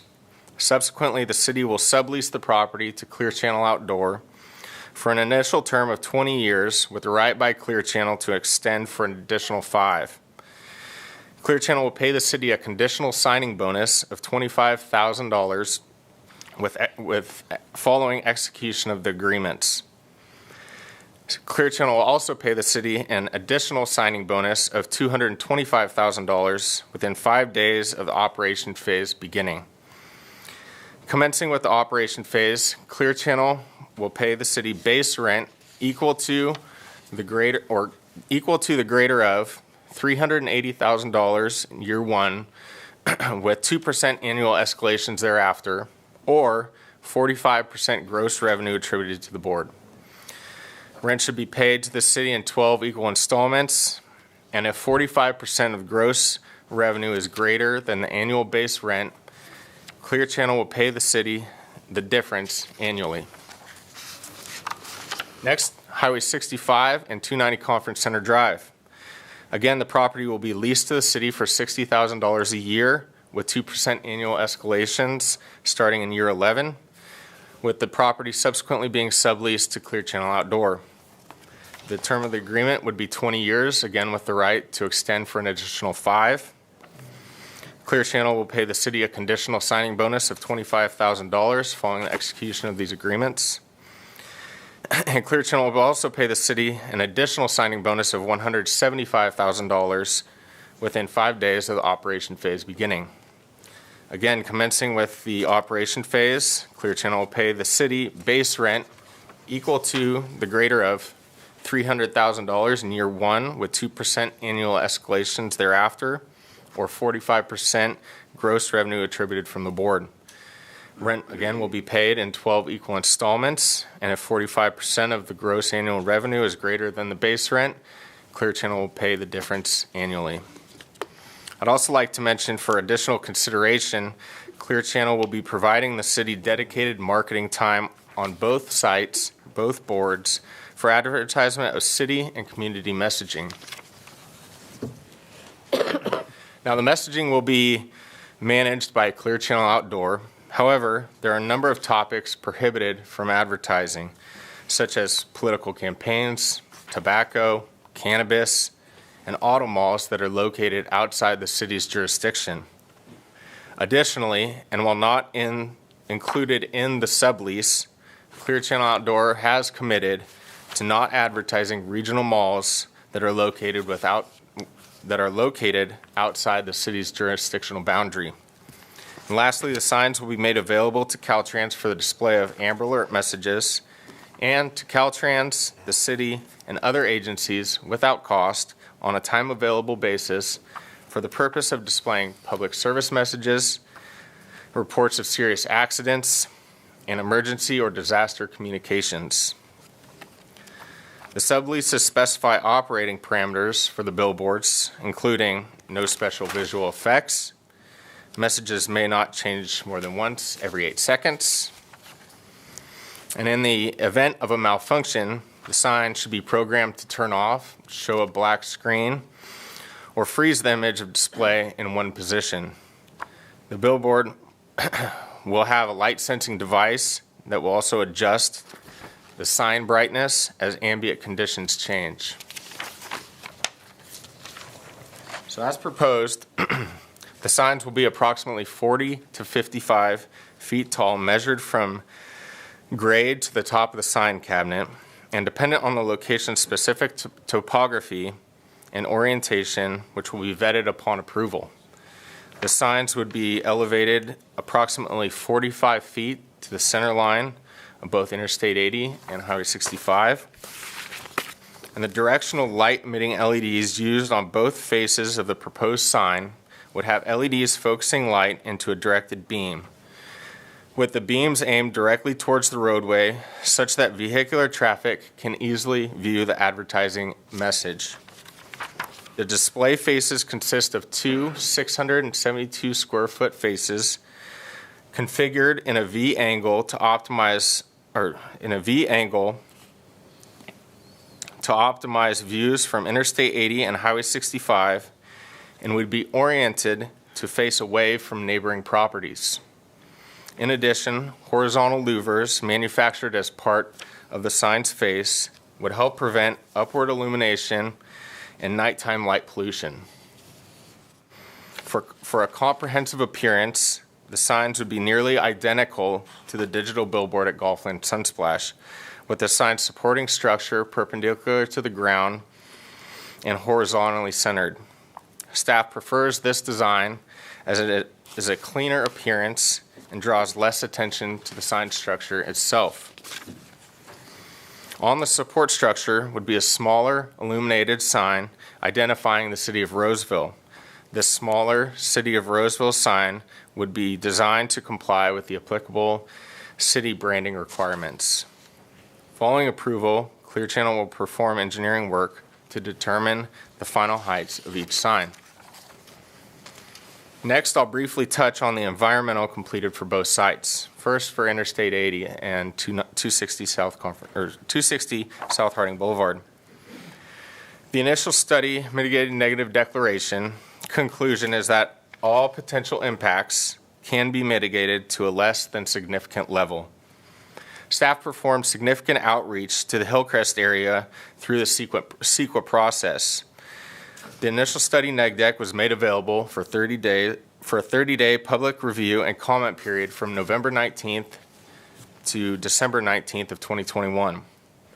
The environmental document was announced via a letter mailed to surrounding properties within 300 feet of 260 South Harding.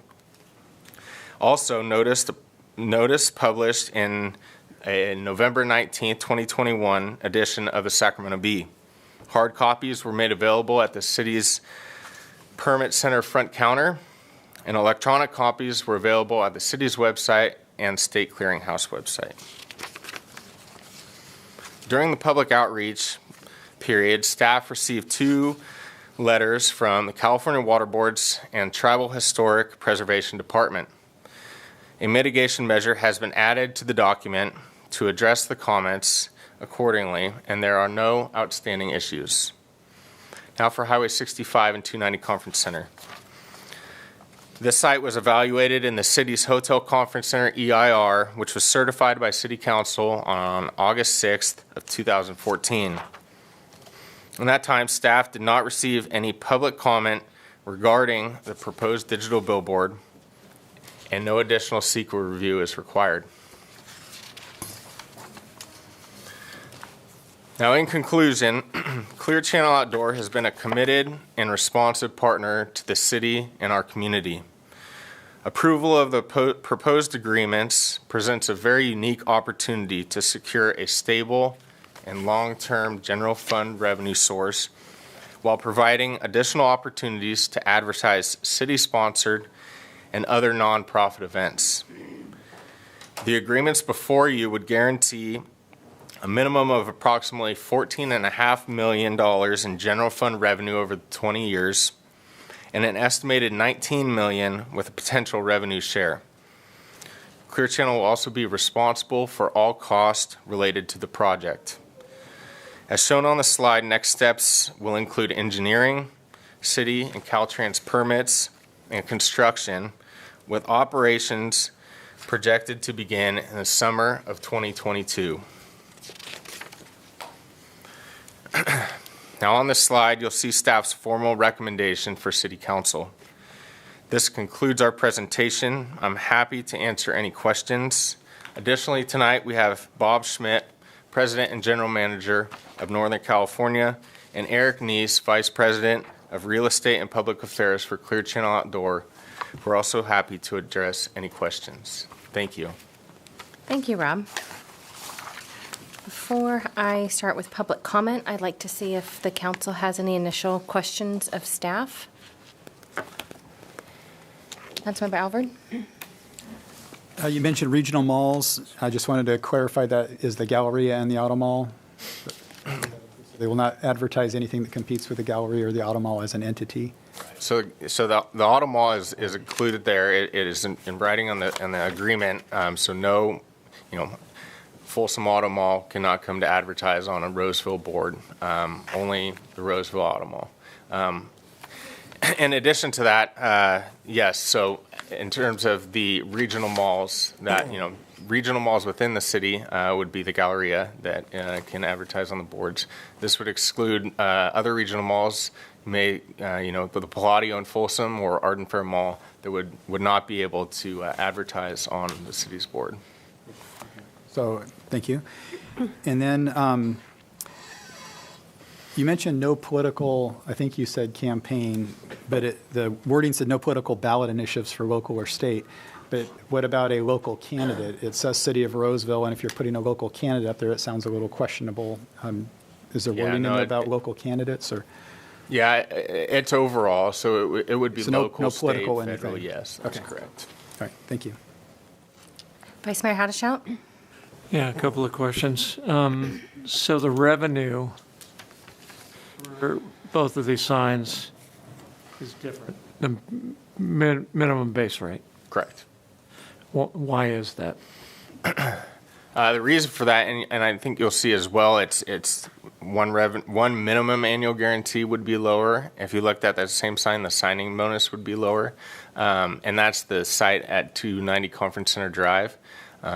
Really, the reason for that is based on traffic and eyeballs and impressions to the board.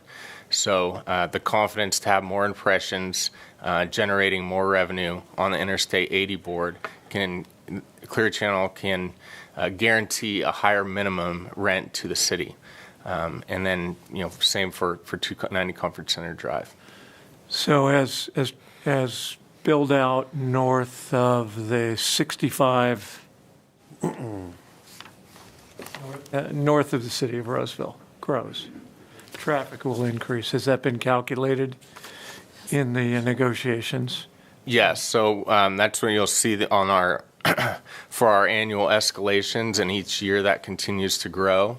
And then as impressions grow, That's where the 45% revenue share would come into play. So the greater the amount of revenue that comes to the board, the higher price that they may place for an ad, that also contributes to the revenue, which would create a greater revenue share for the city. So Clear Channel Outdoor has the ability to, I forget the word, void or cancel this. There are a number of criteria in which they could void or cancel this. Could you describe those? Yes.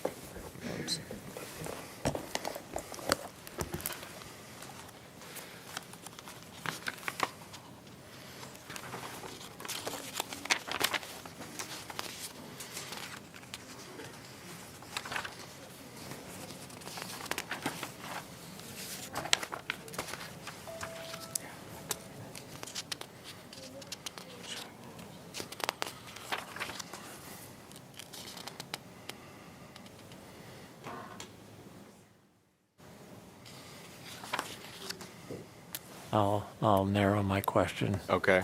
Sorry, I just... They have the ability to void it if there's an obstruction. That's correct. If their sign is obstructed. And yes, and caused from the city. So there is a grant proposal to do a pedestrian bikeway coming over, on both 80 and 65. Is Clear Channel Outdoor aware of that, and have they made a determination that that will not result in grounds for exempting the agreement?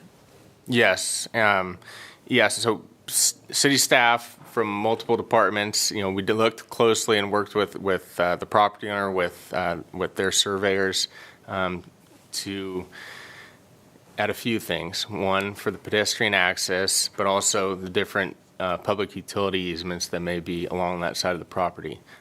We have made the adjustments in site plan of where that would go, and we don't have any concerns. And in addition to that, the placement of the board would not obstruct or interfere in any way with any existing PUEs, public utility easements, or with the proposed PED crossing. I might have been paying too close attention. I'm not worried about the interference there. Mm-hmm. But when the pedestrian overpass comes in, does it block the sign? And is that then grounds for them to void the agreement? So the pedestrian overcrossing that you're discussing is going from 290 Conference Center to the Galleria, correct? No, I'm sorry, I wasn't clear. Earlier, and maybe Mr. Isom can expand upon this. Is there one going across there? Is there one going across? Do we even have No, anything planned? we approved a grant proposal earlier this year or last year to investigate between, I'll just basically say Costco, across 80, across 65 to this area. And then we did the same thing on 80. Vice Mayor Haudashell, I can tell you, I don't recall that. The one I do recall is the pedestrian bridge going from what is the Hotel Conference Center site to Westfield Galleria. Oh, yeah. No.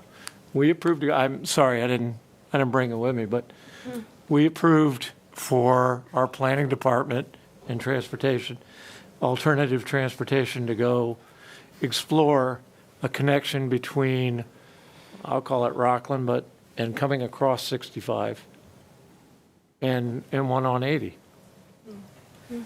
As I sit here today, I have no recollection of that. Yeah. Okay.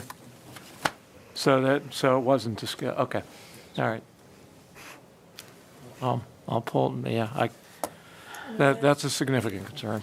Any other questions from you? More. You have more? I got more. All right. I got a few more. So, all right, that's that.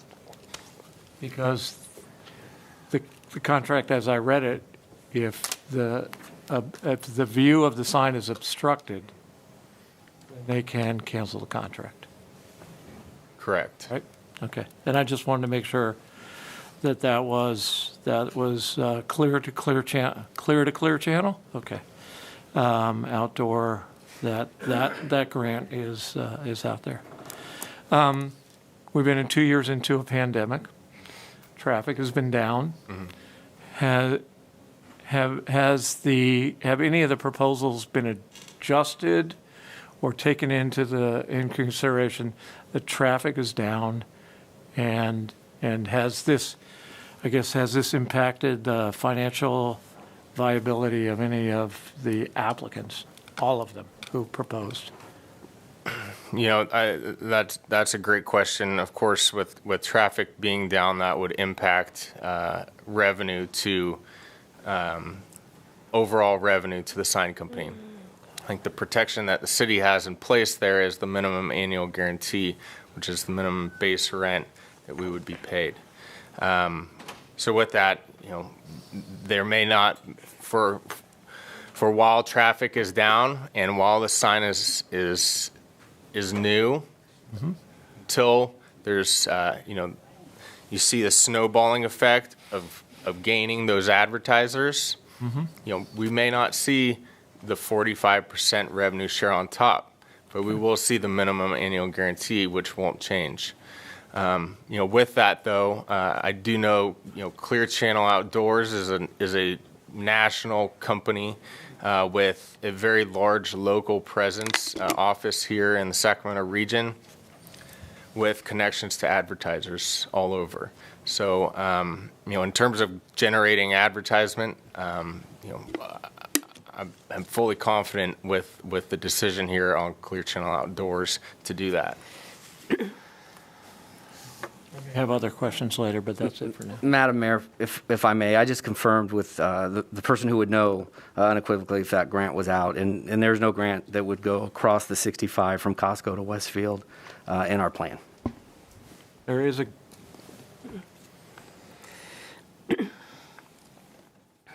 I do have one other question. So we gave authority for up to 4 signs. That's correct. So someone else could come in and propose 2 additional signs? No. So the RFP requested up to 4 signs, a maximum of 2 on I-80 and 2 on 65.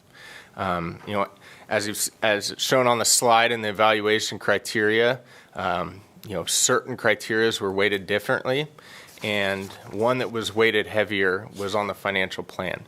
That's because this project, came about really because the city's looking for a way to produce additional revenue.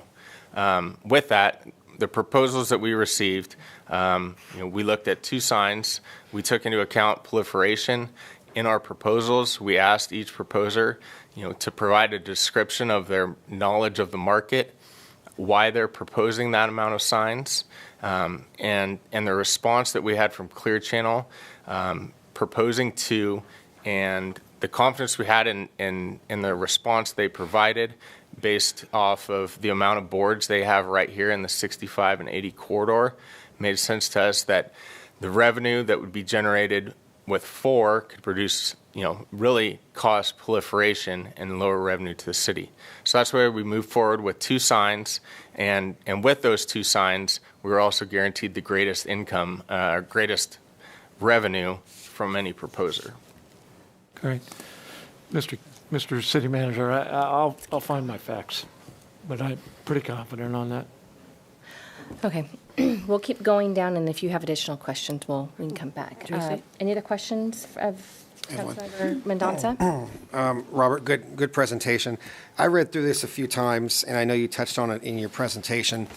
Totally understand, and it's crystal clear to me about the competitiveness, about having Folsom Auto Mall not being able to advertise, and other outside entities. But as I read through it, I didn't see a carve out on one particular item, and I just wanted to get clarification from you. So there's 3 businesses that I can think of off the top of my head where their logo and their branding, it's almost like a footer where it provides additional locations. One of which is the Bennett Hospitality Group, Bennett's Kitchen here in Roseville. They have one in Sacramento, and they're going to be opening one up in Rockland. the way they have the Bennett's Kitchen logo and the way that's structured, just by default, on the very bottom, it provides that there's 3 locations. Same with House of Oliver and same with Lola's that's going to be opening up here. They have a El Dorado Hills presence as well as a Roseville presence. So in that particular instance, I know for a fact 2 of the 3 of these are going to be seeking advertising opportunities on these billboards. Would we be requesting them to amend their logo to run on these billboards, or would they be allowed to run their advertisement the way it is? Another one that comes to mind is Land Ocean. I know they have a Folsom presence as well, but their locations, when I looked at their logo, necessarily isn't tied to their logo, Right. but these 3 particular Roseville restaurants are. How would we handle something like that? Yeah, no, that's a great question. So really, when we look at what's in the agreements here is auto malls outside the jurisdiction of the city of Roseville cannot advertise. Specific automobile brands can. When we talk about regional malls outside of the city of Roseville cannot advertise on the boards here. Specific brands can. And so, when we talk about regional malls, I wouldn't consider Bennett's or Land Ocean, a regional mall. So for them to utilize their logo and share that they have 3 locations, that would not be an issue if that's what they decided to do. Yeah, I get the mall concept, obviously. 'Cause, just for instance, John L. Sullivan has multiple locations throughout, California, Northern California. So, I would expect that to apply to an automaker, apply to a mall scenario. But, something that's not a traditional chain restaurant, not at a mall scale, is that something where we would have to put something in there as a case-by-case basis, or would it just, because it didn't reach the threshold of a size of a mall, would it be something that they wouldn't get any pushback on if they chose to have additional locations located on that particular advertisement? Yeah, that's correct. So if they're a Roseville business, even if they're not, if we have a restaurant in Rockland that wanted to advertise, they would be able to advertise on the board. It just is the overall arching of a mall, so Arden Mall or Galleria.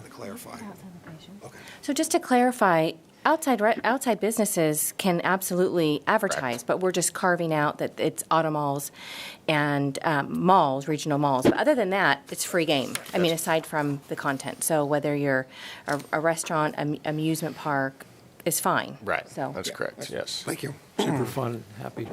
Any questions? Yeah, just a couple. I went to Golfland to kind of get up close and personal to see the sign, and just curious that you were saying the signage that would probably have on the freeway, except it depends on the topography. Some would be about 45 feet. How tall is Golfland? Is that kind of like that? Yes, very similar. Okay, and I like the streamlined visibility. It's a real clean looking. I'm familiar with our reader boards when we were doing Golfland. I was on council at that time. So as far as how many times it goes in 8 seconds and all those kind of things, I learned so much more about billboards that I never knew. So that was helpful because then it helped here. What I'm really interested in is I think it's good for advertisement. I'm not a billboard fan. But I think they're good if you just don't have too many. And I think having 2, it would be not bad. And that's why I was supportive. Actually, I voted at that time we were going to do 4 and then go to 2. But if we could have 2, wonderful. It's they get the advertisement and we get the finances for our community. And so it's still a good benefit for our people who would like to advertise, and I like the idea that it says City of Roseville on it. A lot of times you pass by places and you have no clue where you're at, so I think that's good. City Manager Casey, do you have a couple comments? Thank you. I actually want to correct the record.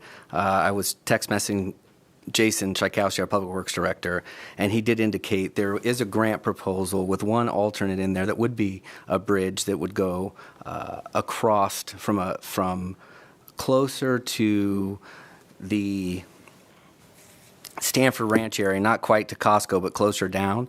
And so we certainly would need to study that, but I should note that and Rob, please correct me if I'm wrong, but I believe every proposer proposed a sign here at this location. And so that is something that we would need to look at. I apologize for not remembering that. And very good memory, Vice Mayor Howell. You have an amazing memory, and I didn't articulate it well enough. So Bruce has been redeemed. You knew what you no were foul, talking baby. about. We weren't sure. I mean, the basic question was, there's going to be someday people are going to walk and bike across Highway 65, and we didn't want that to be a reason to void the contract. I have a couple questions, and then I'll see if anyone has any remainder questions, and then I'll open it up for public comment. So just to clarify some of the message content.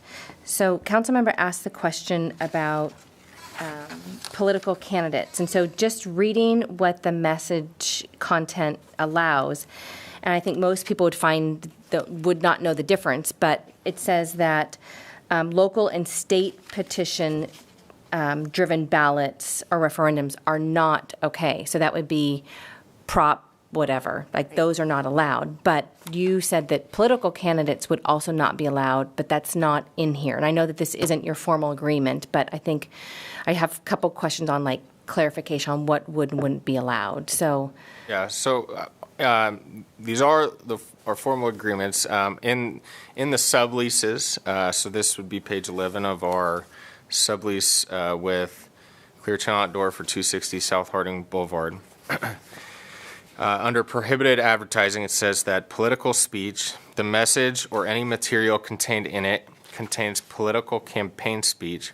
For the purposes of this lease, the term political campaign speech is speech that supports or opposes or appears to support or oppose a ballot measure, initiative, or referendum, or refers to any candidate for public office. okay, so no political of any kind, just so we're clear. Okay.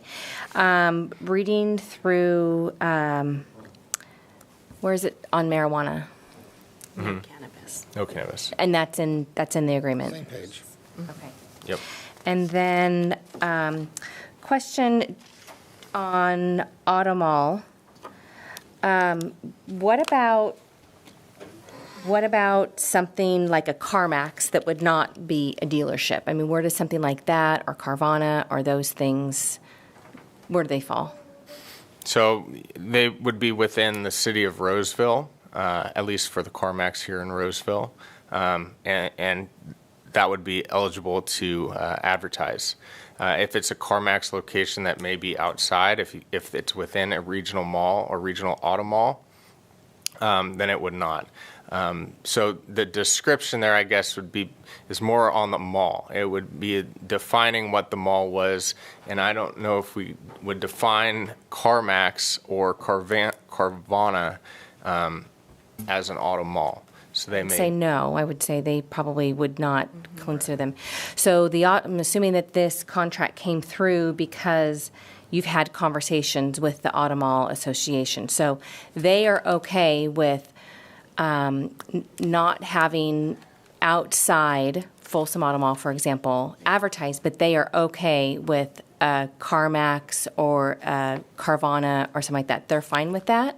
I'm sorry. Let me correct this for Okay. our record here. So auto malls, this is under the sublease of 260 South Harding. It's including both subleases under prohibited advertising topics. So auto malls.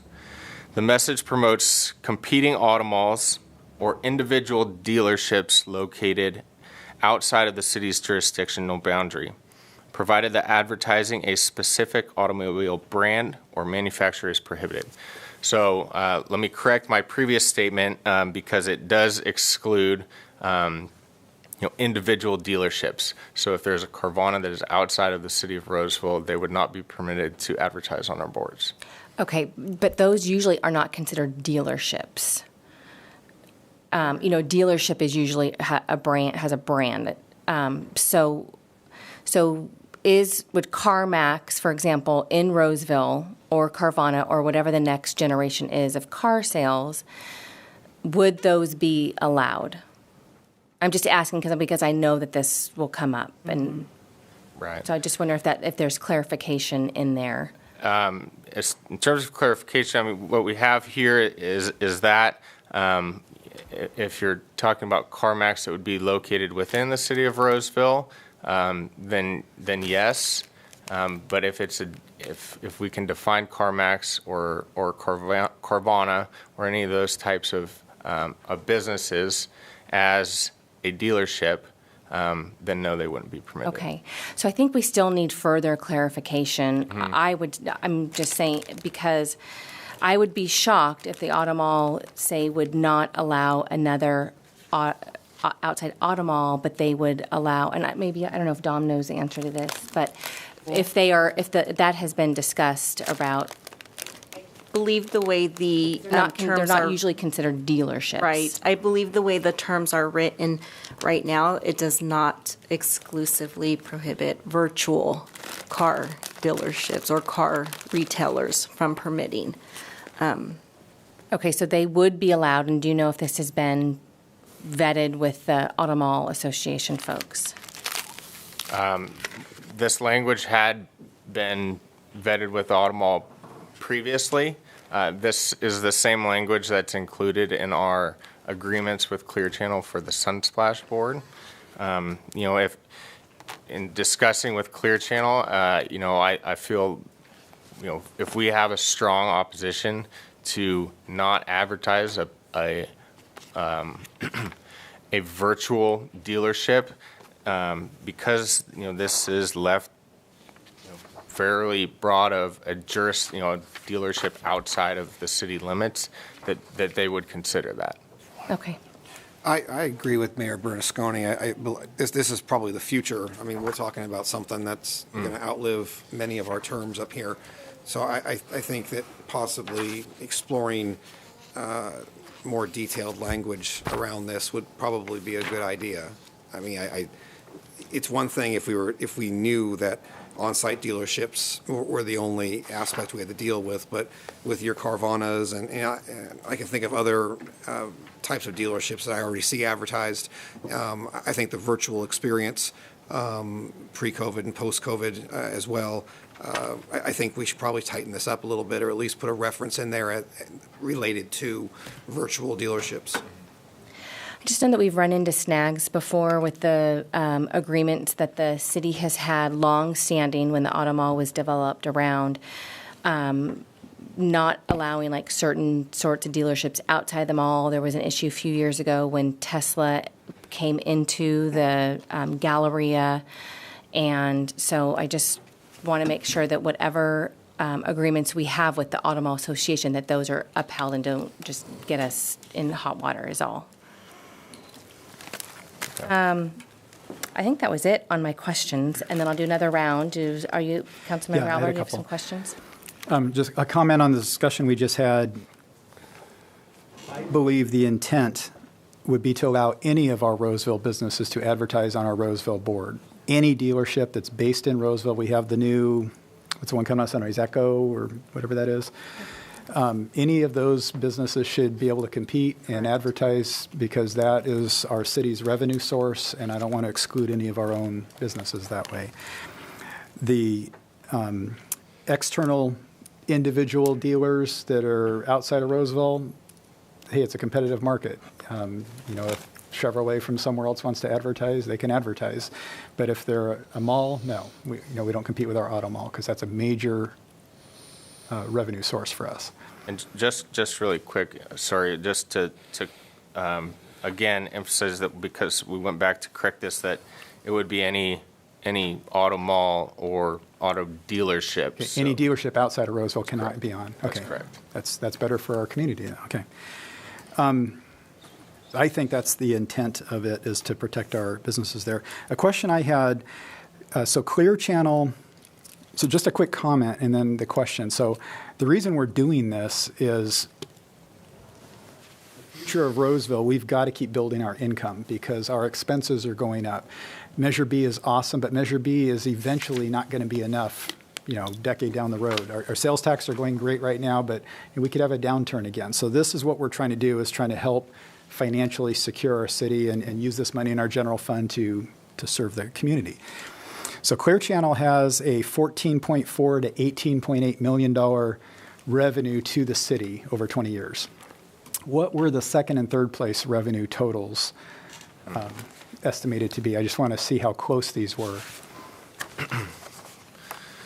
So when staff received the proposals sealed in February of 2021, the top three contenders there really came down to Clear Channel Outdoor, Marquee Media, and Outfront Media. If we want to rank them based on the master score sheet, it was Clear Channel Outdoor, Outfront Media, and Marquee Media. Based on the net total revenue to the city, and this would account for the minimum annual guarantee, a signing bonus, and estimated lease costs over the 20 years. Clear Channel Outdoor was first with approximately $14.1 million. Marquee Media was second with approximately $11.6 million, and Outfront Media was third with approximately $10.9 million. Thank you. That's all. Thank you. Councilman Albert's question triggered a thought, and you may have covered this. In calculating the revenue, when a business sells something, there's sales tax generated. Was that calculated in those numbers you just gave? So basically indirect revenue. Was that factored into your decision? No. Indirect revenues such as the increased sales tax to the city based on advertising was not factored into the calculations that I just provided, nor was it requested, in our RFP for proposals. And I want to thank whoever brought these, because clearly my blood sugar was dropping, Mr. Casey, because I was getting feisty.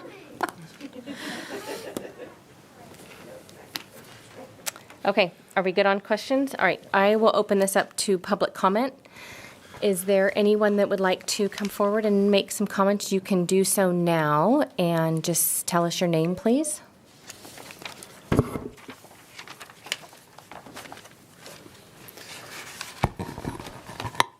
How's that? Good evening. Honorable Mayor, Council, Manager Don Casey, Rob Klein, Melissa Anguiano. It's a real pleasure seeing everybody here today. It's an honor to speak in front of you all. It's a very important decision in front of the city tonight. Very pleased that the city contemplated this entire digital sign package.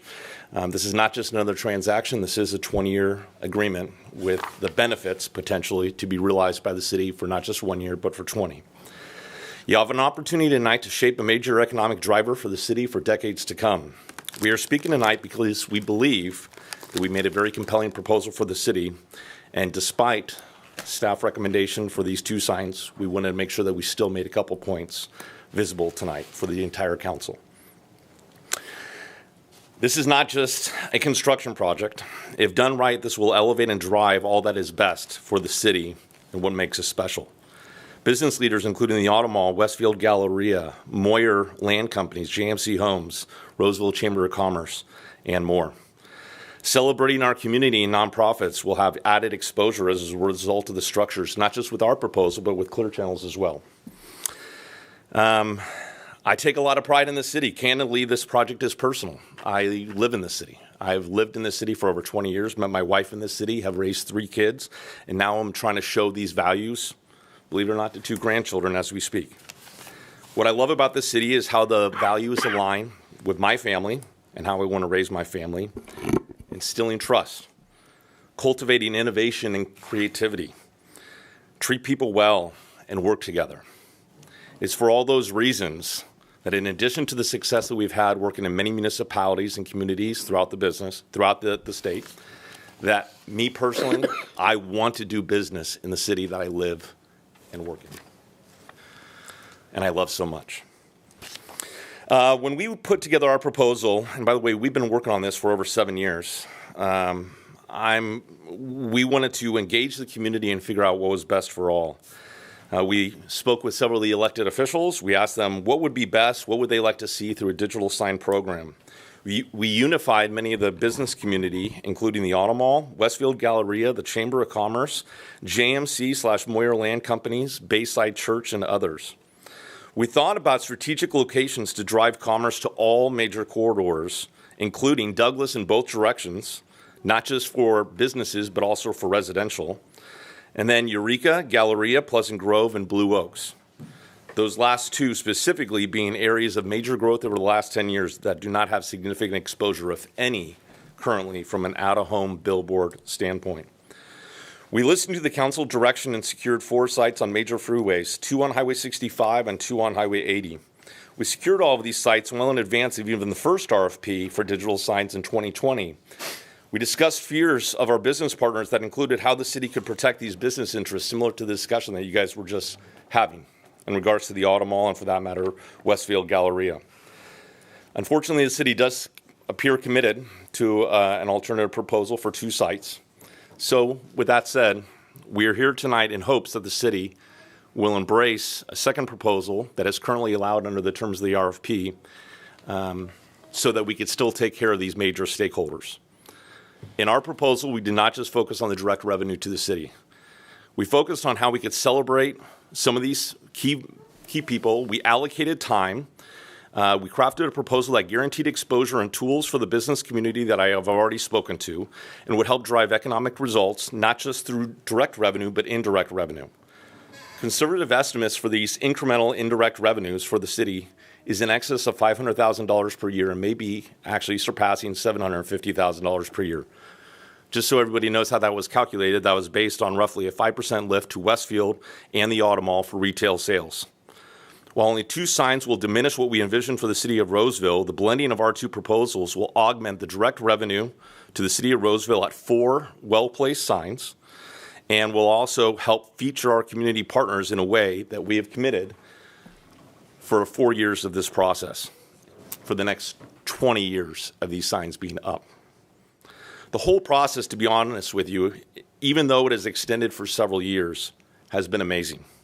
It has been an honor and humbling to work with many of you, to work with some of the other business leaders, including Eric Avery, who is in attendance tonight, Jeff Richardson, Damon Eberhardt with the Roseville Auto Mall, Rana and Wendy, her predecessor before her, Greg Van Dusen, and many others.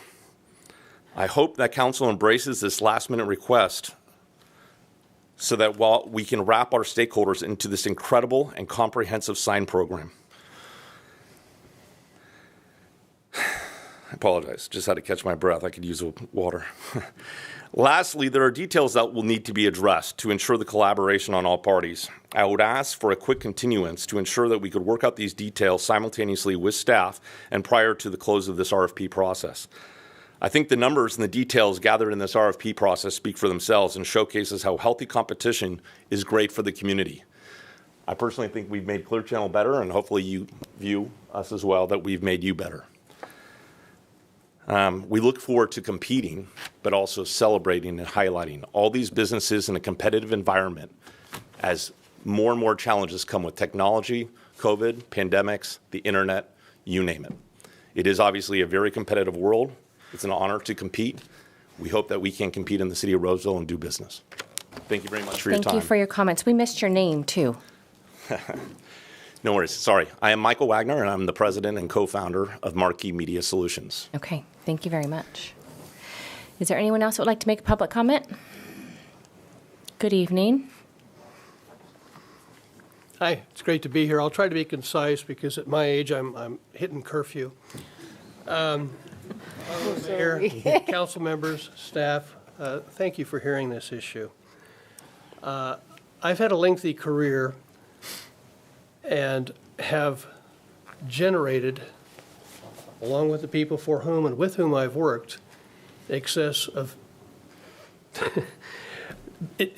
billions of dollars of economic impact up and down the valley, and over 10,000 jobs.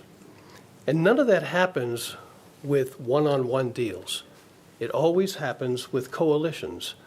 I was the lead person for the ownership group that bought the Kings in Kansas City and moved them to Sacramento. We built 2 arenas. I've done naming rights deals up and down the valley, including the Save Mart Center in Fresno. And everything that works has to do with building a coalition where you can bring benefits to as many people as possible, because those benefits go viral. And that's why our strategy here involved bringing in not just the city and not just Marquee, but the major players here, the major employers, the job creators, the tax generators. Because the better the job we can do for them, the better the job they can do for the city in raising incremental revenues. That's not rocket science. If it was, I wouldn't be talking about it, believe me. The fact is that we strongly believe that the city should rightly consider the indirect revenues that would be created, because we have entered into partnerships, written agreements, with the Moyer companies, the Auto Mall, the Galleria, the Chamber of Commerce, Bayside Church, which is an economic generator that people don't understand, and others, because they employ a lot of people. They have a lot of vendors. A lot of them live in Roseville. We've all seen the signs that say for lease all over the stinking place. We all know, we don't know the real number, but we all know how many businesses have gone out of business and how many people are now in the ranks of the unemployed. It's incumbent upon all of us, staff, council, private sector, to collaborate, work together to do what we can to firm up the private sector and the businesses and employees who are located here.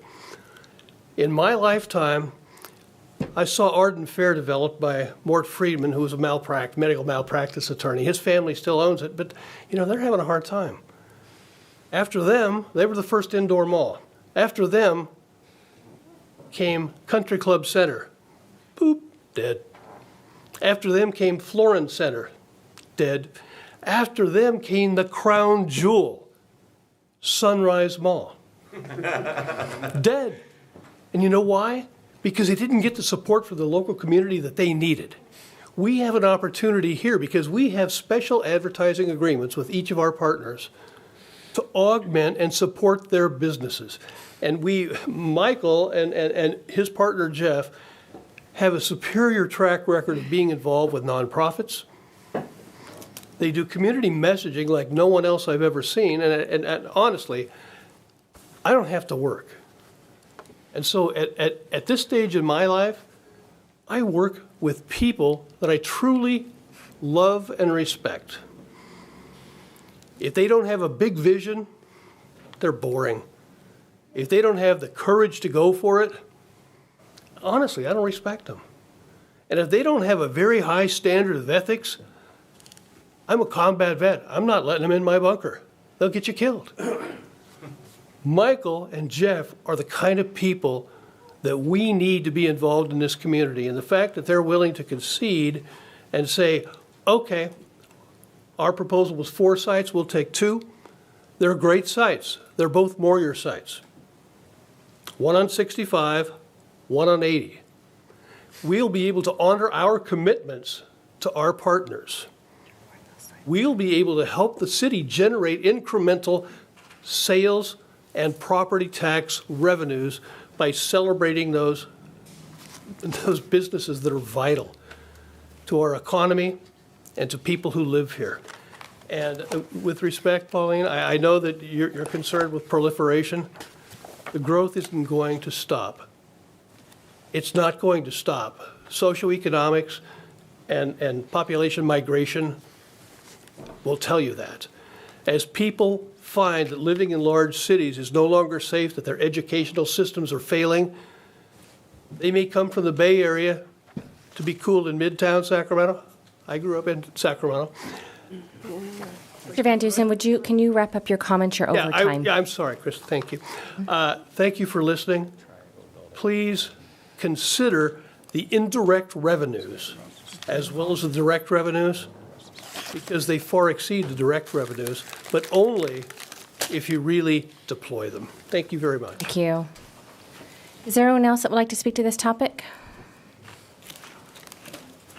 Good evening. Good evening again. Good evening, Honorable Mayor and council members and city staff. I'm Rana Godbon, and I'm the new CEO of the Roseville Area Chamber of Commerce, but I'm not here only as a new CEO. I'm also here as a proud resident of this great community. On behalf of the Roseville Area Chamber and its 1,200 business members, we are delighted to see the city move forward with a digital billboard project. It's such an added economic driver for our city that will bring additional revenue to the general fund to sustain community services, but will also drive traffic to our local businesses through digital advertising. The Chamber has supported Marquis Media's proposals throughout the process, and that has been started by my predecessor, Wendy Gehrig, when she started working with them. They are a local-based company that has invested in our community, that has worked with several partners, and for several reasons we have supported them. And one of the reasons is the fact that in addition to the direct revenues to the city, their proposal would also generate additional revenues that are indirect, but that will support other smaller businesses like the one you mentioned, Tracy. Some of the smaller businesses that may not be able to advertise on a billboard, but through the Chamber of Commerce, through joint programming, they'll be able to get some digital signage on the freeways. And those are the businesses we're looking to support. Through programs like the Restaurant of the Week, that is featuring a unique restaurant in our community every week, seeing that on the billboard will be a proud moment for the local Chamber of Commerce. This community benefit would have offered us the ability to celebrate business, big and small, including the Auto Mall, the Westfield Galleria, and other local small businesses. While we understand the indirect revenue and community benefit were not one of the criteria used in this RFP process, we highly encourage you and recommend that it will be taken into consideration and not omitted in any future decisions that is made. I'd also like to state that after speaking with the city staff, we do respect their recommendation of Clear Channel based on the direction that was provided by City Council, and appreciate their willingness to address our main concerns, which were in regards to the Westfield Galleria. And that carve-out was agreed upon after a conversation with city staff, and our concerns with traffic being driven and that indirect impact could have negatively impacted our major taxpayers. So we encourage you to consider the request by Marquis Media to consider the 2 additional sites in addition to the one that you're willing to work with for Clear Channel Outdoor. But further, to give the city the ability to work with multiple proposals, such as the one submitted by both Clear Channel and Marquis, we are limiting ourselves with another term that's in the agreement for 1,500-foot spacing. We are getting other locations that have been identified and a possibility for billboards prohibited from being used by our city for digital advertising. So we ask you that you modify also this term to apply to only the side of the freeway the billboard is on and not to both sides of the freeway. So that way, other sites could be used now or in the future by our city. So we appreciate your time and consideration today, and most importantly, your service and leadership to keeping Roseville as one of the best regions in California to live, work, and do business in. Thank you so much for your time today. Thank you for your comments. Is there anyone else here tonight who would like to speak to this topic? Good evening. Good evening. Madam Mayor, council, staff, it's an honor to be here. I'm Jeff Richardson, Senior General Manager of Westfield Galleria. It's good to see all of you tonight. As Raina and Michael both mentioned, Westfield is also excited to see the digital billboard project move forward. Westfield has wanted this for a very long time. We've actually met with previous city managers and trying to do this on our own unsuccessfully. So now you've selected some professionals to get it done. We've desired a presence on Highway 80 for a very long time. You can't see them all from 80. There's a lot of traffic that goes from Sacramento to Reno on 80 that are unaware or possibly unaware of the Galleria.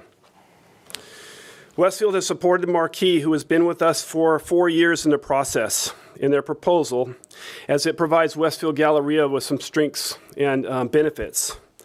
Some of those were, it did offer restricted regional mall advertising outside city limits, But as Rhonda mentioned, we worked with Rob and the city staff, and they've got that in the Clear Channel deal, which I'm very appreciative of. Dedicated digital time to promote the Galleria. That's key. Free. To promote businesses, which will give indirect income to the city. And to provide a clear path to cladding on the sign in Freeway 80 to have static sign for the Westville Galleria. So no matter what advertisement is on the sign, you know that there's a regional mall just down the street. These are strong arguments for why Westfield supports Marquis' proposal, but I understand the city decision on Clear Channel and the economics behind it. These items are very important to the Galleria and Westfield and would result in indirect income to the city through increased sales and tax revenue. So based on the city's recommendation, now I would urge you to consider the proposal that's in front of you, to consider 2 additional signs so that Marquis can make good with their obligations and promises to Westfield as well as the Auto Mall and other business partners. I would encourage this to be done during this RFP process so that you can make clear decisions on the future and what that's going to bring you for the next 20 years. Thank you very much for your time today. Thank you for your comments. Is there anyone else who'd like to speak to this item? You can come forward. Good evening. Hi, my name is Derek Pell. I'm a local Roseville resident. I just realized something sitting here that right now the city's going through the commercial corridors planning project. And in the housing element, it talks about using the commercial corridor project to potentially rezone for adding housing to meet the arena needs. As part of that, for the Douglas Harding corridor, it anticipates that it could produce perhaps 250 units. And in the housing element itself, sees that as potentially coming from the Heritage Inn site and the Christmas Tree Lot site, which I believe is 260 South Harding Boulevard. So I'm not sure whether it's currently zoned commercial, but as part of the proposed changes as part of the commercial corridors project, the permitted land use table is being proposed to add R3 as a potential use in all commercial commercial zones in that corridor. I'm not sure how living next to a digital billboard would work, or if that would preclude the development of that site as a residential site moving forward. I don't really have anything other than that, but I just want to make sure you consider that in your decision. Thank you. Thank you for your comments. Is there anyone else here tonight that would like to speak to this item and come forward? They dragged me into it. I'm Jeff Joaquin. I'm the co-founder of Marquis Media, and Rob made a comment earlier that sort of makes it sound like the big companies generate the most revenue. In a lot of cases, that is true. They have a large sales force. We don't have as large a sales force. We have about 10 people across the United States. But what I can tell you is I managed the San Francisco office for Clear Channel before Bob was an employee there. I managed all of sales in Los Angeles. I travel around the world, but not right now because of COVID, of course. And we've brought a lot of good clients to Sacramento and the region that we don't usually see on Clear Channel. They bring people we don't with programmatic advertising that's all automated that you don't have a lot of control over. But movie studios have come to town. And I think one thing that Michael and I are most proud of is during COVID, we stood up to help all the local Sacramento businesses. We would have helped everybody in Roseville if we had Roseville signs. We helped people like Identity Boutique. We helped people like Echo and Rig, Camden Spit and Larder, House Restaurant, local schools. We ran messages for graduating classes with all the students on it, all free of charge, because we wanted to help out all these small businesses that we saw fail. So it's not always the size that matters. It's the quality of the people, sort of like Greg Mendusin said. It's the quality of the people. I've got 34 years of sales experience, which, trust me, is quite enough to get to anybody we need to get to. And I think we've been doing a fine job. Another thing we did 8 years ago, we started running with our very two first billboards that were at the Folsom Auto Mall, ironically. We were running Martin Luther King Day celebrations the whole week, and now we've grown to over 12 digital billboards in the market. We run for the same 8 years on all those billboards. If you've been around town and you've seen a John Madden tribute, you've seen a Sidney Poitier tribute, a Betty White tribute, other local people like Biba, John Kelly, the founder of KCRA. We did all those things because we feel it is great to be rooted in the community. And it's not just Sacramento, it's the whole area so we can all prosper. So that's really all I wanted to say is we're vested in the community. I was born and raised in Sacramento. I worked in a lot of big markets, and we have a very highly competent sales force, and we're more boutique-y than a lot of the big companies. There is a difference. Thank you. Thank you for your comments. Is there anyone else here tonight that would like to speak to this topic and come forward now? Okay, I'll close public comment and bring it back to the council for further deliberations. Does anyone want to start us off? Questions Okay. kind of come up from some of this. Okay.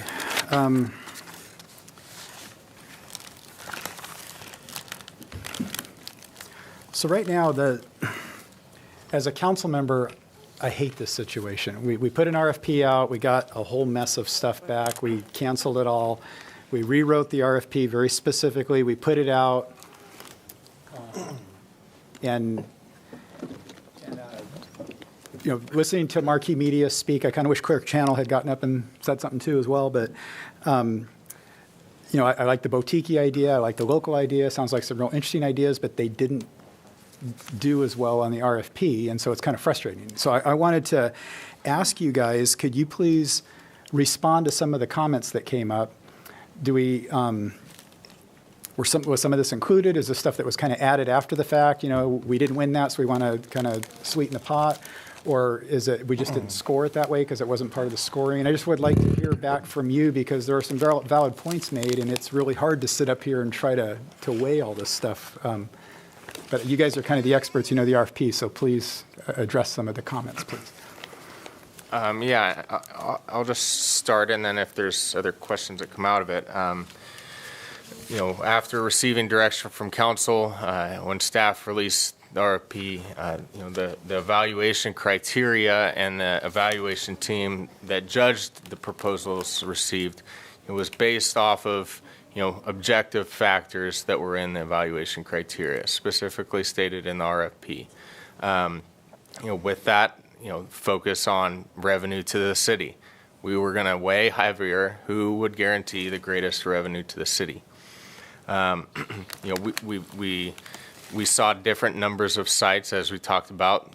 There was one proposer who proposed 2, others proposed 3, others proposed 4. When it came down to the company's firm and experience, another qualification there, I would say that out of the 5 we received, there was 3 that were at the top of the line. When we talk about project understanding, I think it's the same situation there. There was 3 strong proposals that we looked at that all understood the project, understood what the city was trying to do with this project. Both those weighed at 20. When we look at the evaluation criteria of C with the proposed project plan, and this is when we start talking about, we ask for a description of the market, describe why you're going to propose what number of sites. That helps drive revenue, it helps support the community. What have you done in the community? Those kinds of things were definitely included and looked at as an objective factor of the RFP. A quick ask, really, did we include some, after the initial RFP and all that, did we kind of bring the big players in and kind of get some more feedback of, so everybody was really clear about scoring, and we heard back about, could you add this? Because I'm just kind of curious, was that part of it, or did we just close the door and do it?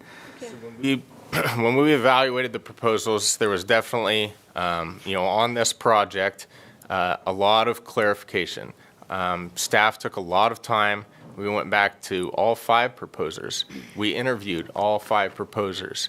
We went back after interviews and asked for, to be able to compare either what you may have as least cost or what you'd estimate as least cost, so we can really get down to what that net revenue would look like to the city.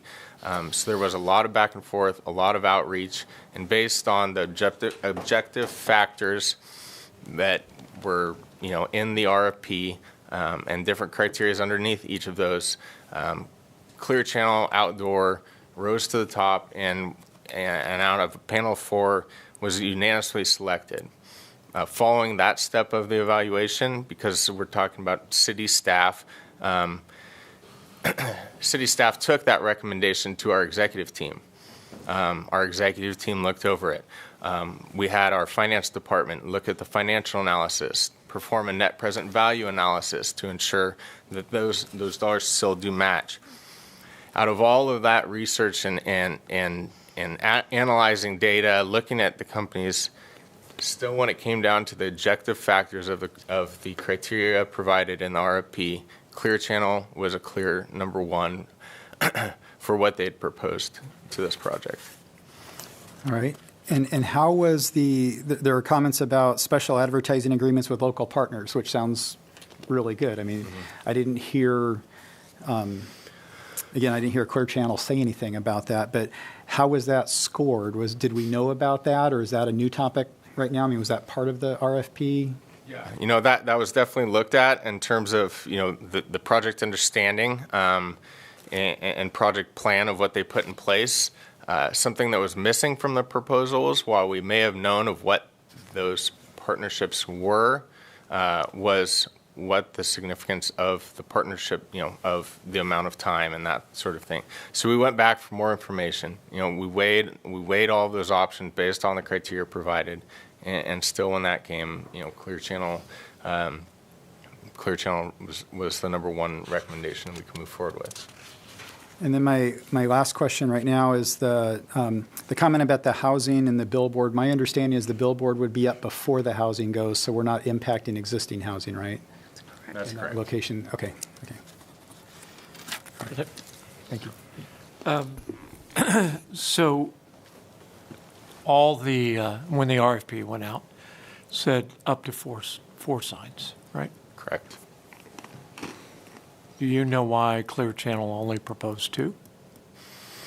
In Clear Channel's proposal to the city, you know, in the RFP, you know, staff asked for a description of, you know, your knowledge of the market, and also, you know, if you're going to propose a certain amount of signs, what does that look like? This was also discussed in our interview process, and we went back for further clarification to proposers.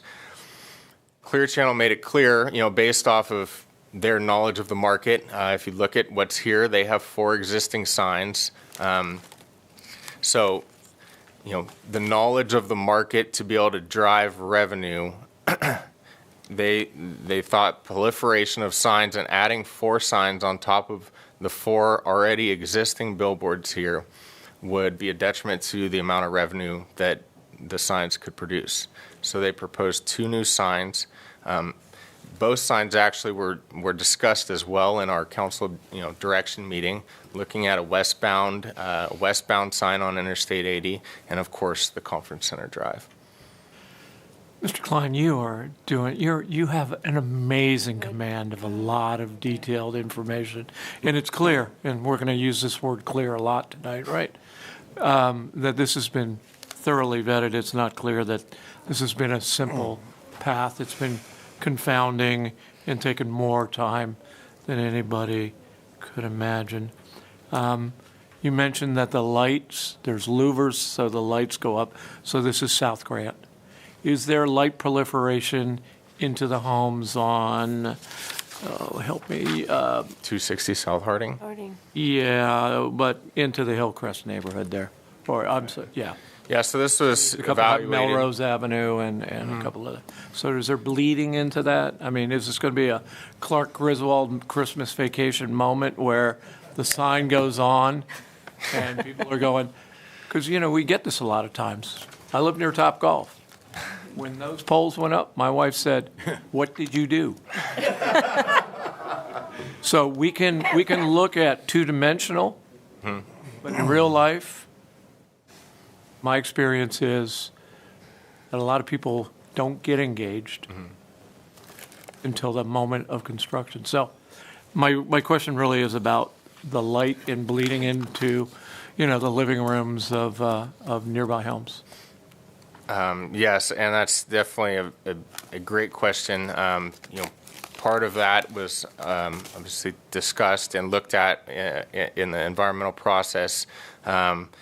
the initial study negative declaration, which found that there would, basically, so to answer your question more on light, the proposed signs, and this is coming out of our initial study negative declaration, is that the proposed sign illuminance area would be a maximum of 250 feet from the sign during the day and 100 feet at night. When measured perpendicularly from the center of the sign face and assuming the sign is at ground level.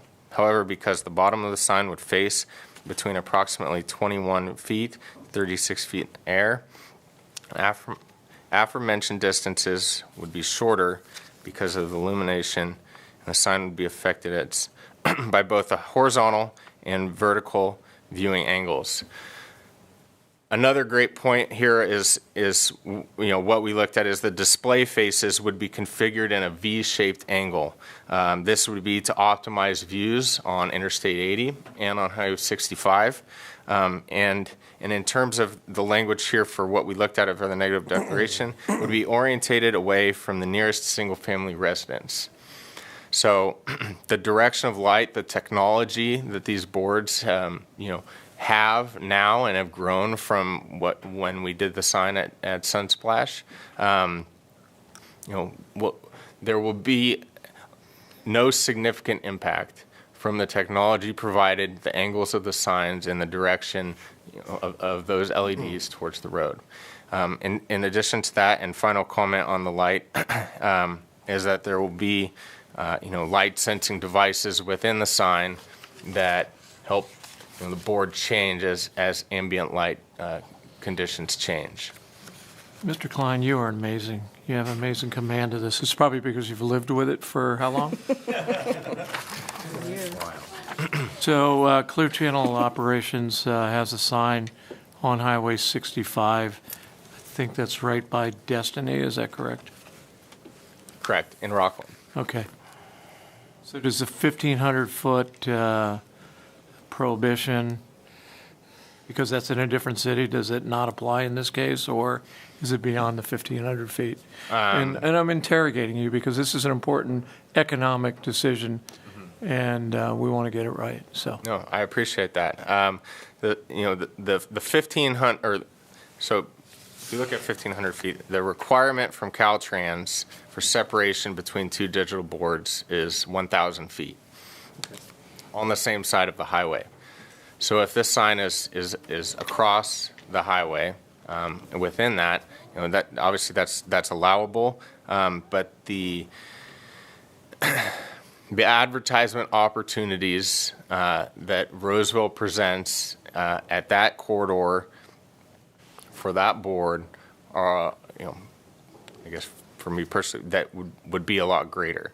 Okay. That I hope you answer. No, that helps me answer the question, and I'll just say that we've got a couple of interchanges at Pleasant Grove and Park and Blue Oaks, and so there's plenty of space, and the traffic's growing day by day. Thank you, Mayor. Any questions? I have a couple just comments, and I wanted to wait till public comment was over because I knew organically a lot of what I wanted to say would come out of what the public comment displayed, and luckily I called it right. Much of this decision got rolling prior to me coming on to the council, so I had to do a lot of research and kind of catching up, and Dom and Robert, keep me honest here if I speak out of turn. But I like the idea. My understanding is it was up to 4.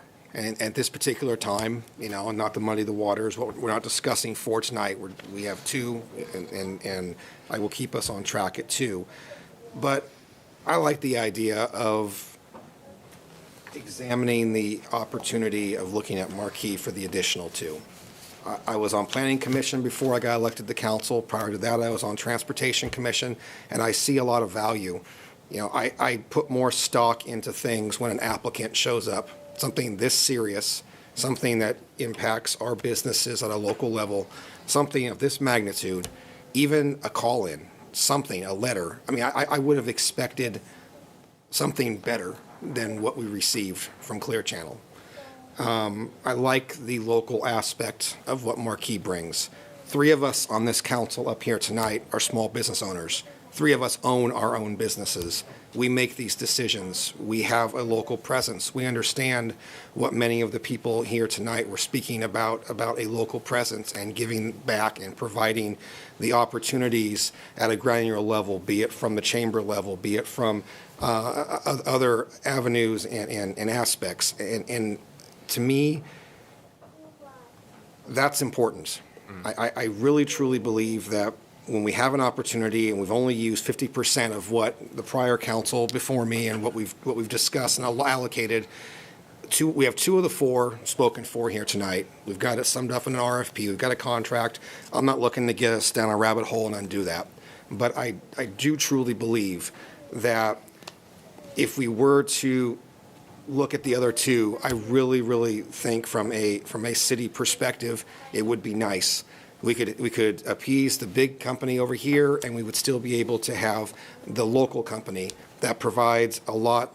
Many of us know people that would benefit from some of the things that was said about Marquee here tonight. Now, I'm not saying Clear Channel won't do that. I'm not trying to to dog them and say that they're not capable of doing that or they won't rise to the occasion of some of the things that were brought up tonight.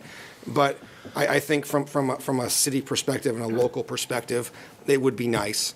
We could achieve both because we would have 4 opportunities and give 2 here, 2 here. And I like the fact that they came out.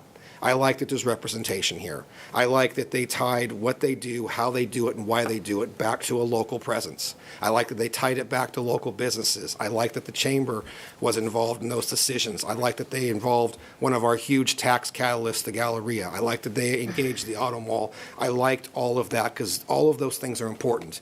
Them independent of them, one of those things independently is important, but to collaborate with all 3 of those and being a city like we are that is so dependent on tax revenue, that is so dependent upon getting the word out that people shop and they dine and they spend their money here, their entertainment dollars or whatever it is, that's important. And the only way that we get that message out there is through digital advertising and other means like this and working with our chamber and working with our large businesses to make that happen.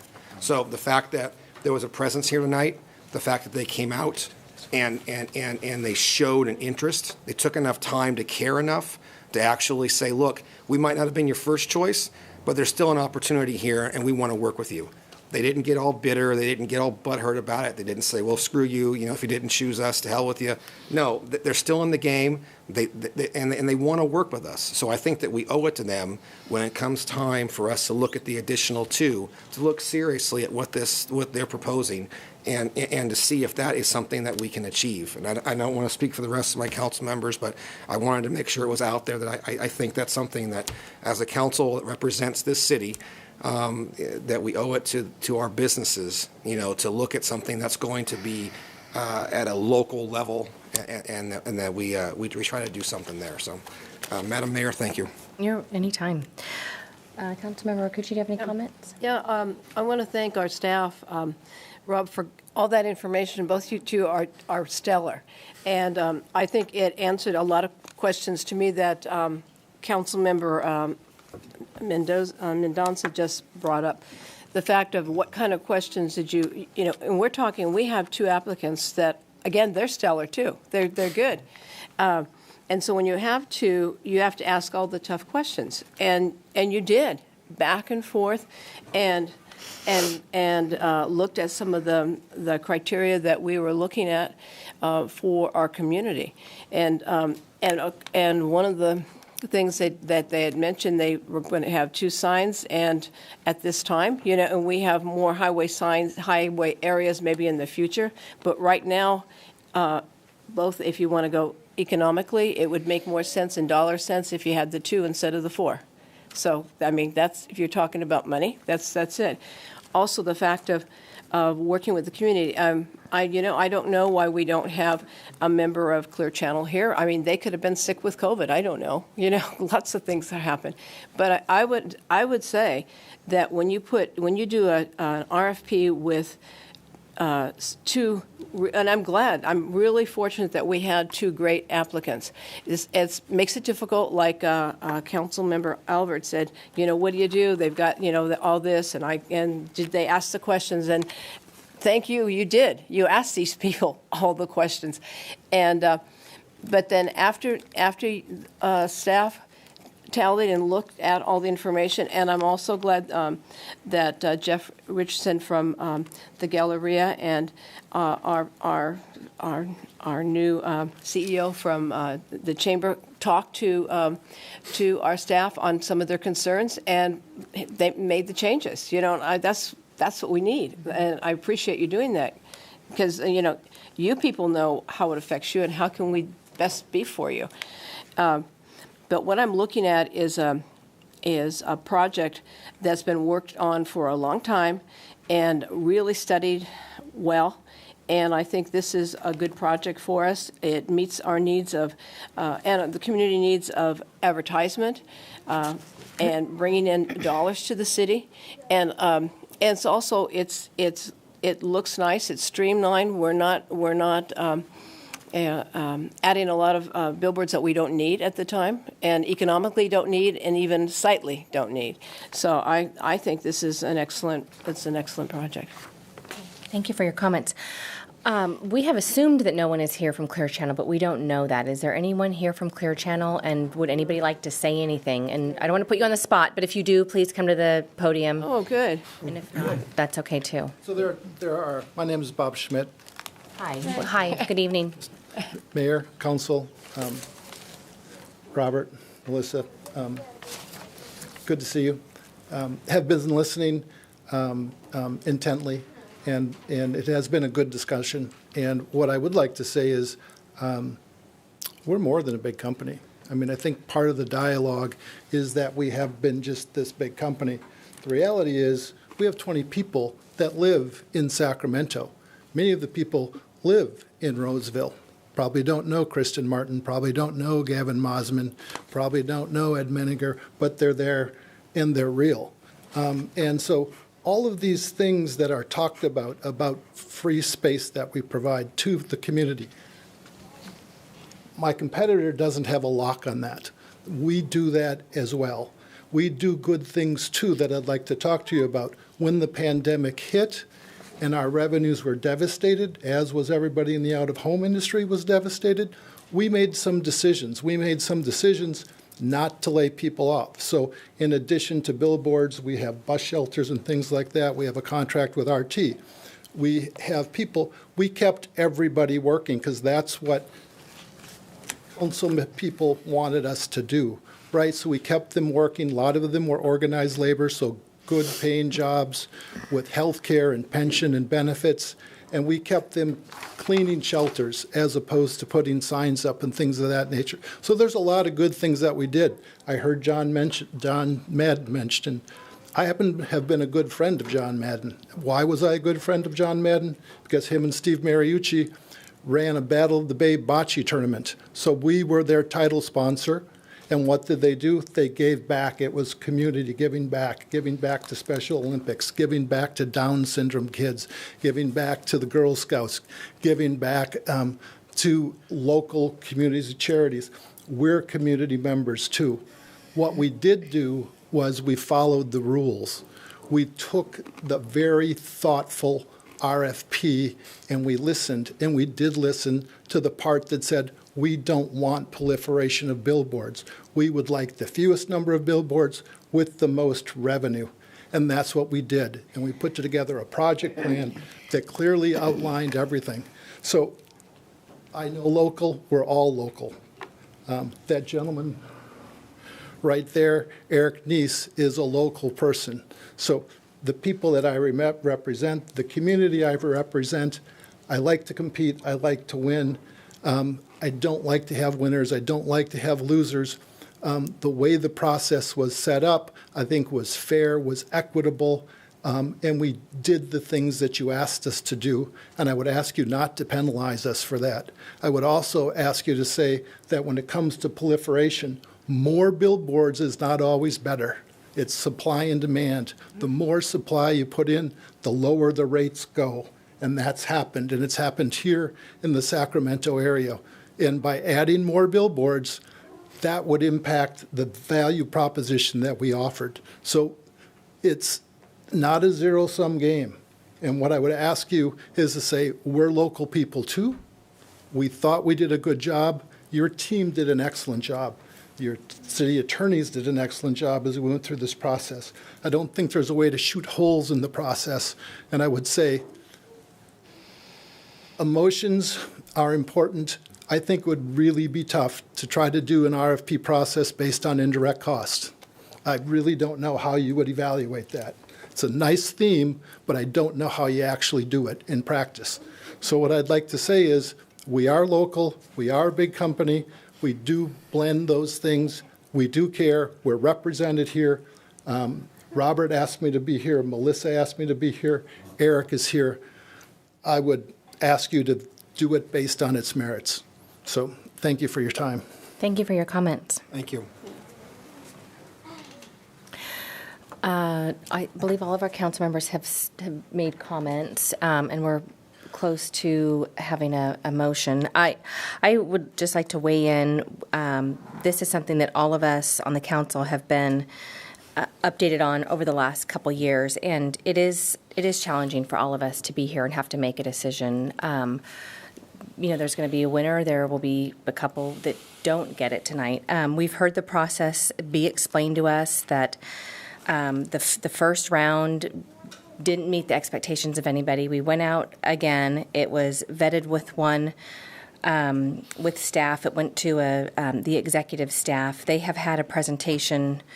They have a recommendation before us this evening based upon the input that we gave them, which was not the proliferation of signs. We didn't want that. We wanted the minimal amount of signs with the most revenue. And my job is to look at revenue to help with gaps that will be coming for our city. So while I understand the emotion side of this when it comes to a local business, they are all local. There's size differences, but looking at the revenue and the 2 sign versus 4 is what and staff support in vetting this. And I would say that you are more of the experts in the delivery of the billboards and what the revenue can mean to us. So, and I appreciate everyone being here and their comments too. Unless any of the council members have anything to add,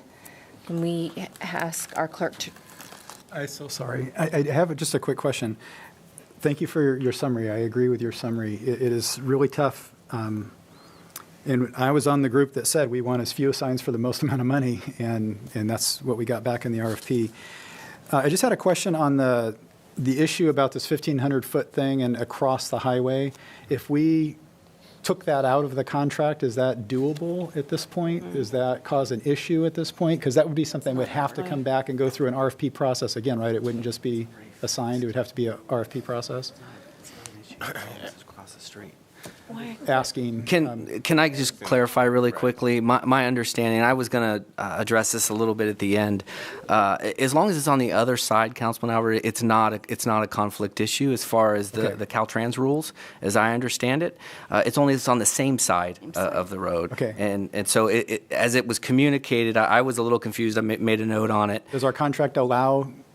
Does it eliminate, is it 1,500 feet in a circle, or is it just on the same side? It is not. As I understand it, it's on the same side. And it's consistent with the Caltrans rules. Okay. I just wanted to make sure of that, because I know down the road there may be a possibility. I hate to just eliminate that ability for future council. And I think Melissa made a great point. It's not more restrictive than the Caltrans rules. It's in line with the Caltrans.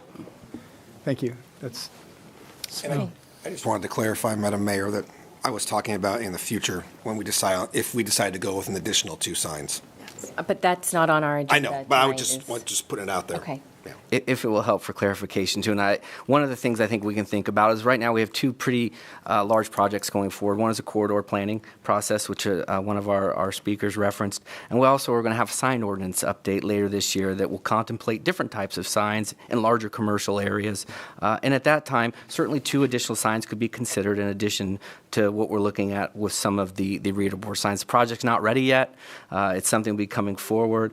And so all that being said, there'll certainly be other opportunities. Thank you. Okay, anything else? I just, so we've got one Clear Channel outdoor in Rockland. Where's the other one? The other existing one? Oakland. True Sunsplash. I'm sorry, on Highway 65. I thought you could read my mind by now. I'm sorry. On Highway 65. Kind of by R.C. Willie, isn't it? Is that in Rockland as well? Yes. Right, correct. So a proliferation of signs could happen outside of our jurisdiction. That's correct. Is that a fair statement? That is correct, yes. Okay. So what we're doing here is actually, if we just choose one sign and limit ourselves to one sign on Highway 65, we're actually giving away revenue. Because there's nothing to prevent other signs in the jurisdiction next door that will take the revenue, and we won't get the revenue.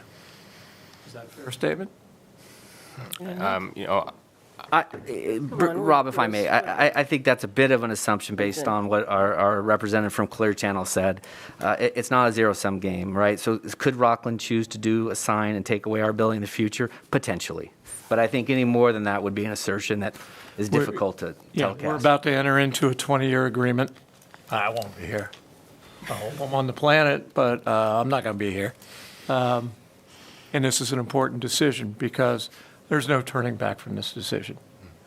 I've seen everybody's signs. I drive by marquee signs on my way to work right outside of the Golden One Center, right? Pretty innovative, I would love for both of these to put the best product forward in the city of Roseville. So that's my comment.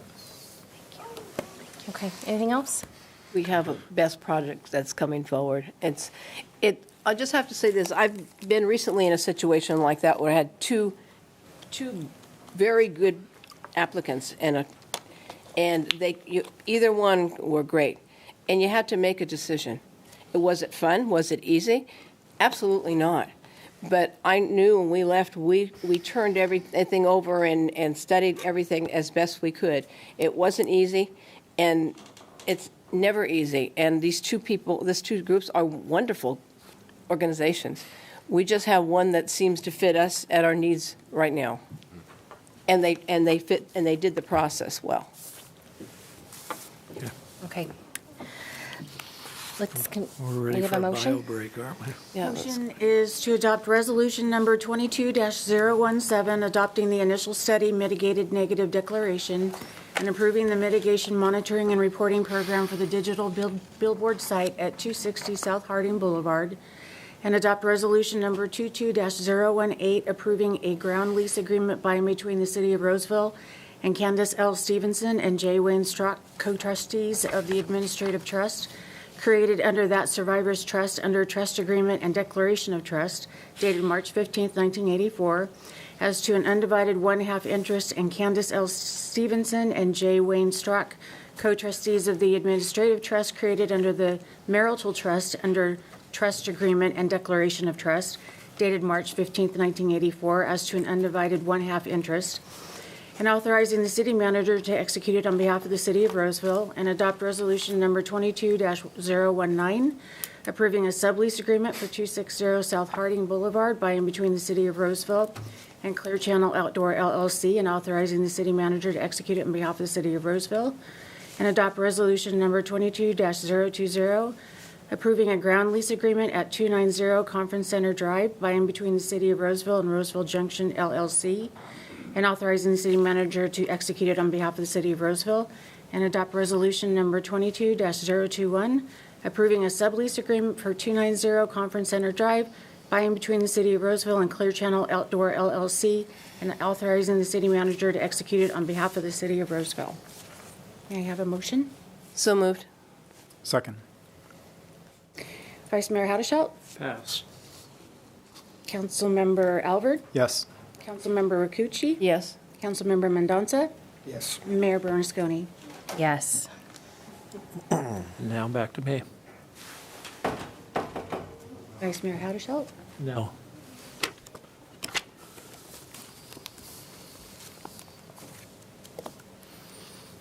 That's it. Motion carries. Mayor, do we need a bio break? Sure. We have two more items. One will be quick, one will not be quick. You wanna- How's everyone feeling? I know we've had people waiting for a Yeah, long time. Does everybody need a restroom break? How about we recess for a quick 5 minutes? Okay. Sure that before we broke. Oh, did that get recorded? What? Because I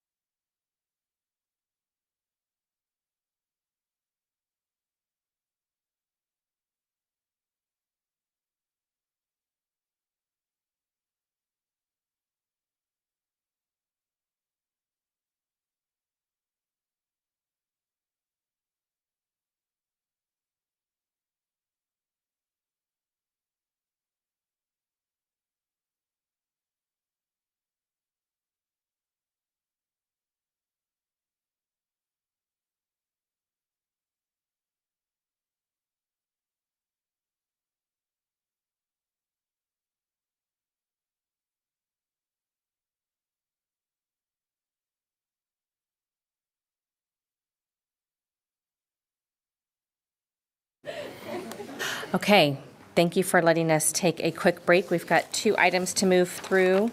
We will start with item 9.3, Development Impact Fee Report for fiscal year ended June 30th, 2021. And we have our Assistant City Manager, Chief Financial Officer, Dennis Kaufman, here with us this evening. Welcome. Mayor Bernasconi and council members. Again, Dennis Kaufman, Assistant City Manager and CFO. The staff recommendation for this item tonight is to accept the city's Development Impact Fee Annual Report that's required by state law. No action is required on this item. For a little bit of background, the Mitigation Fee Act requires a nexus be established between development impact fees and the public facilities that they finance, and it includes an annual reporting requirement. And if you could please move forward 2 slides. There we go. Thank you. The city imposes development impact fees on development projects in order to mitigate the impacts caused by new development on public services, the city's infrastructure, and public facilities. In Roseville, development impact fees are collected at the time of building permit generally to finance the acquisition, construction, or improvement of public facilities that are needed as a result of new development. And examples of the city's development impact fees are listed on this slide. The Mitigation Fee Act requires any local agency that imposes development impact fees to prepare an annual report that provides specific information about those fees. If you could move forward 2 slides, please. So for each fee program that the city maintains, we have 180 days after the end of each fiscal year to make information available to the public. The reporting requirements include a brief description of each type of development impact fee, the amount of the fee, the amount of the fees that we've collected, as well as the interest that's earned on those fees, and an identification of each public improvement that they finance. We've made this report available on the city's webpage, and it's available to you tonight. So since this is an information-only item, no action is required, and I'm available to answer any questions about this annual report. Thank you. Great, thank you. Does the council have any questions of staff, of Dennis? No, I'm good. Thank you, Dennis. I need to open this up for public comment. Yes. Is anyone here tonight that would like to speak to this item? You can come forward now. Seeing none, I'll close public comment, and unless the council has any further questions of staff, can we have a motion? There's no motion for comment. Sorry, information. Thank you. Thank you for the reminder. No action required. Thank you very much, Dennis. Okay, and item 11.1 is a public hearing, so I will open the public hearing. It's Sierra View subdivision project on infill parcels 3 and 100 in the Sierra Vista specific plan parcels WB 41 and 31 project, general plan amendments, rezone and development agreement. And we have our planning staff here with us this evening. Good evening. Yes, good evening, Mayor Bernasconi, members of the City Council. I'm Greg Bitter, Planning Manager with your Development Services Department. Tonight I'm here with Derek Ogden, our Senior Planner, Kenny Shallow, our Associate Planner, and Matt Todd, our Principal Engineer for the project. Tonight you're going to be hearing a combined project. We have two individual projects that are, due to unique circumstances, linked together. Kenny will give a little bit more detail about this, but recent housing legislation, specifically Senate Bill 330, has put us in a situation where with the Sierra View project and the zoning changes that you'll hear about have required us to reallocate residential units to another site.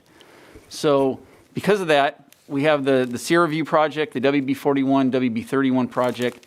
They're linked. They need to be heard as one item. And so I'm going to turn it over to Kenny to get into the details. Thanks, Greg. Good evening, Mayor Bernasconi and council members.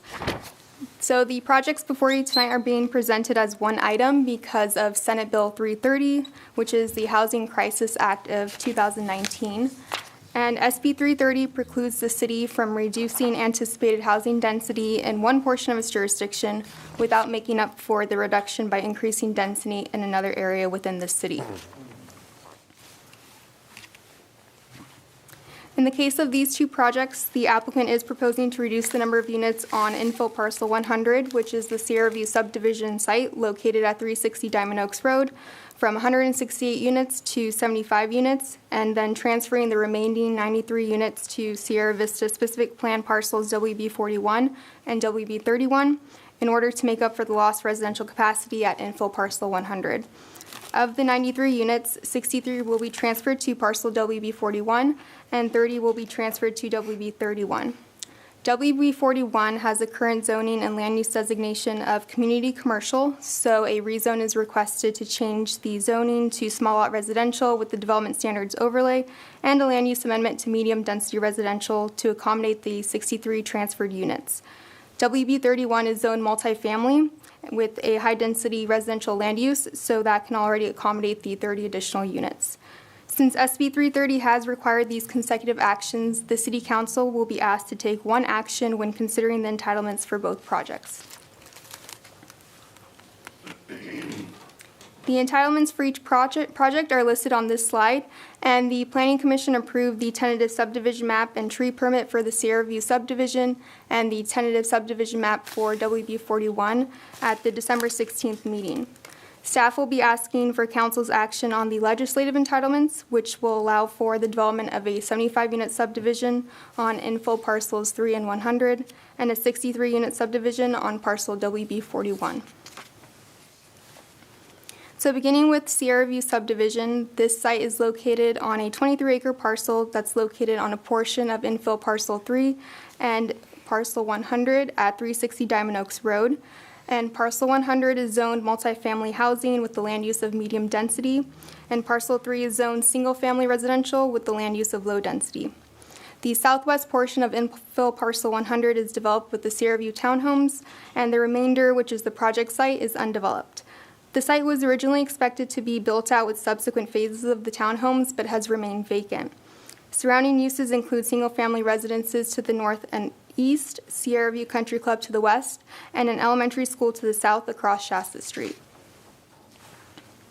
The developer is proposing a reduced density from medium to low density in response to community requests that future development on this site consists of fewer units and larger lots to more closely align with the surrounding subdivisions. The LDR designation will facilitate the development of larger lots, which will better accommodate a variety of single-story and two-story homes.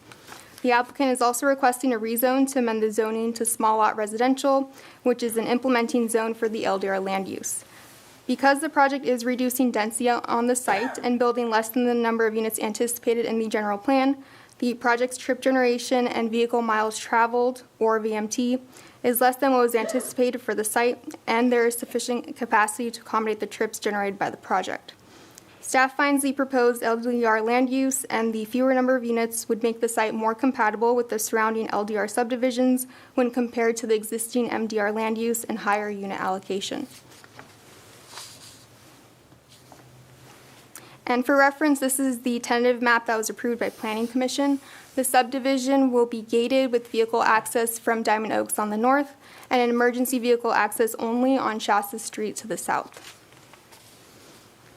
So moving on to parcel WB41, as mentioned, because of SB 330, the 93 unused units from infill parcel 100 must be transferred to another parcel within the city.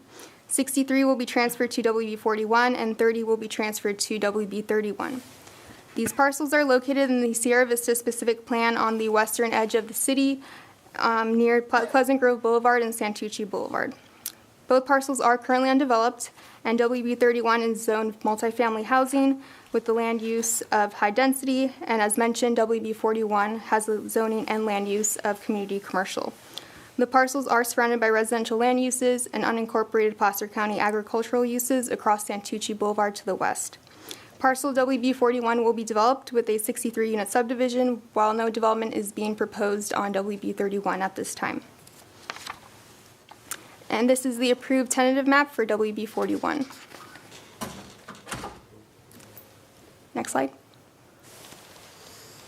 And a fiscal impact analysis was prepared for WB41, which demonstrated that the land use change from CC to MDR will not have a negative fiscal impact to the city's general fund on an annual basis. 3 studies were also completed to determine the feasibility of developing WB41 as a commercial site. These studies include a retail market analysis, a highest and best use study, and a retail feasibility traffic analysis. These studies are included as attachments to the council communication, but in summary, the studies concluded that WB41 is an inferior commercial site and found that residential is the highest and best use for the site. The reasons for this is due to its limited 180-degree trade area and because the project would not generate enough vehicle pass-by trips to make a retail development feasible on the site. It was also found that Sierra Vista parcel WB42 is a superior commercial site given it's more centrally located within the plan area and is larger at 14.5 acres, whereas WB41 is about 10 acres. WB42 is located approximately half a mile east of the site at the southwest corner of Westbrook and Pleasant Grove Boulevards, which are 2 major commute corridors, so WB42 has a much larger trade area draw, making WB41 infeasible to support a neighborhood-serving commercial center. The traffic study prepared for the project found the rezone would result in substantially fewer trips generated by the property because a retail use has a higher trip generation rate when compared to residential. The rezone would also reduce VMT for both the specific plan area and the city as a whole. And the proposed land use changes and unit allocations proposed with both projects will result in less water demand and less sanitary sewer flows than what was previously anticipated. The project includes a second amendment of the Westbrook DA, which covers WB41 and WB31. The DA will be amended to reflect the land use change, unit transfers, and elimination of the bus transfer station and park and ride lot on WB41. The DA will be amended to specify that citywide park fees for the transferred units, which are paid at time of building permit issuance, may be applied to the construction of any citywide park. Lastly, the DA amendment includes language regarding the developer dedication of a 5-acre portion of parcel W60B to the city to occur before June 30, 2022, with an option for the city to purchase an additional 15 acres for a future sports complex. Because the 2 projects are related, both projects were evaluated in a combined CEQA document. However, each action requires a different type of CEQA analysis based on its location and the previous planning conducted for each site. For the Sierra View subdivision, an initial study leading to a mitigated negative declaration was prepared, and site-specific mitigation measures were required to reduce environmental impacts. For WB41 and WB31, an addendum to the Sierra Vista specific plan EIR was prepared, which did not identify any new environmental impacts from the project. The CEQA document also includes a cumulative considerations analysis, which looks at the combined effects of the 2 projects. During the 30-day public review period of the document, 3 letters from the public were received, and these comments, along with staff's responses, are included with the council communication. Early notification of both projects was posted on the Arcona website and the city's Projects of Interest website. The developer also installed signs on the properties notifying the public of the projects. The City Council hearing notice was published in the Sacramento Bee, mailed to property owners within a 300-foot radius and interested persons, and also posted on the Arcona website. And prior to submitting a formal project application to the city, the property owner and developers of the Sierra View project held informational meetings with residents in the surrounding area in November 2020 and in March 2021. The initial plan for the site proposed smaller lot sizes with more units, but residents expressed concerns with the density and lot sizes. So as a result, the plans were revised to the current proposal of 75 units with a lesser number of units and larger lots. More recently, West Park Communities presented the projects at the Sierra View Neighborhood Association meeting in October 2021. Approximately 50 people, including residents of the Diamond Oaks neighborhood, were in attendance. Residents asked questions on impacts to traffic, whether environmental review would be conducted, and what types of home plans would be offered. Staff did receive comments earlier today from the Vice President of the Spanger Elementary Parent Teacher Club asking whether a crosswalk would be added in front of the school, which is south of this site, and whether the traffic study took into consideration the impacts on the school. So the project's traffic study did take the school into consideration when evaluating 4 different access scenarios for the project, and 3 of these options included partial or full access from the project site to Shasta Street, but these were eliminated because they would have substantially increased vehicular conflicts with the school and would be a safety issue because of site distance constraints from the curvature of Shasta Street. So as a result, access to the project will be provided only on Diamond Oaks on the north of the site with emergency vehicle access on Shasta. And as far as a crosswalk, our Public Works Department has looked at this location on several occasions in the past and ultimately determined it would not be safe to install one because of the site distances constraints and because the ADA ramps at the school driveway are not up to current standards. A crosswalk must have ADA ramps on each side of the road that are up to current standards. So the developer would need to construct an ADA curb ramp at the project's EVA driveway on the north of the school that could potentially allow for a crosswalk in the future, but the school would also need to update at least one of their ramps. An internal traffic study would also be needed to verify a crosswalk would be feasible. The project was heard by Planning Commission on December 16th, 2021, and public testimony was received at the hearing by 3 members of the public, and the testimony was both in support and in opposition of the projects. After deliberating on the items, the Planning Commission adopted the mitigated negative declaration and considered the addendum, approved the tree permit for the Sierra View subdivision, as well as the maps for both projects, and recommended City Council approve the remaining entitlements that are before you tonight. So in conclusion, staff finds that the projects comply with SB 330 and the required findings of fact for both projects can be made. The projects are consistent with the goals, policies, and standards of the general plan, zoning ordinance, and the Sierra Vista specific plan. The Planning Commission recommends the City Council take the actions listed on this slide, approving the project entitlements. And that concludes my presentation. I'm available for any questions. Thank you, Kenny. We'll start with staff or council. Any comments, questions of staff? I'll go ahead and start. Just a question. Sierra, I want to call it Sierra Vista. It's real close, but Sierra View. Sierra View. How long has it been?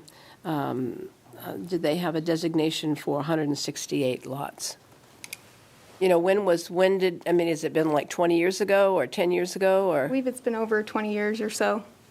Okay, because I'm thinking that, that it's been a while. So I just, okay, so it's not new. They've had a zoning for a long time. It's like in some of our areas in Roseville, it stays there, and then one day somebody might want to build on it, and someone says, no, it's never had a zoning, and yes, it has. Okay, that was a question. And also, over across town in the west, the commercial property that would be the trade site, how far, you said it, but I can't remember, the next commercial site around that, this one, isn't that viable? You said, was it a half mile or a mile? It's about half a mile east, so it's at the corner of Westbrook and Pleasant Grove. Okay. Yeah. All right, so it's not far. There's still opportunity for that. And then this is remind me on this. It has one entrance, but they have an emergency exit. So is emergency exit only for like police and fire to come in? Can people get out? No. So it's only for city emergency vehicles to gain access. So anybody that lives in the Sierra View, the newly created Sierra View subdivision, will exit onto Diamond Oaks Road. But if enter and exit. If there was something happening, the police could open that door, or the fire they could open and let other residents to come out. Absolutely. Because that's a concern. No, police and fire will have access through the southern. If there was a fire or something, and people any were type of afraid, emergency that they felt necessary, that they couldn't adequately access the site from Diamond Oaks Road. Right. Thank you. It's open to foot traffic. I mean, you can't stop foot traffic, but they probably put the posts up and then lay them down when needed. Is that? There will be a pedestrian access through that gate down at the southern end of the site. Yeah. Okay. Any other questions? Kenny, you answered my 2 questions in your staff report, so thank you. No questions. Shout, Councilmember Alvord. Questions? General theme of the opposition that you got. For the Sierra View subdivision project, it was mainly the density, and so the developers reduced the number of units, but still we had concerns on traffic, how that would impact the surrounding neighborhoods. Which is why they had just one entrance after that, because of that concern?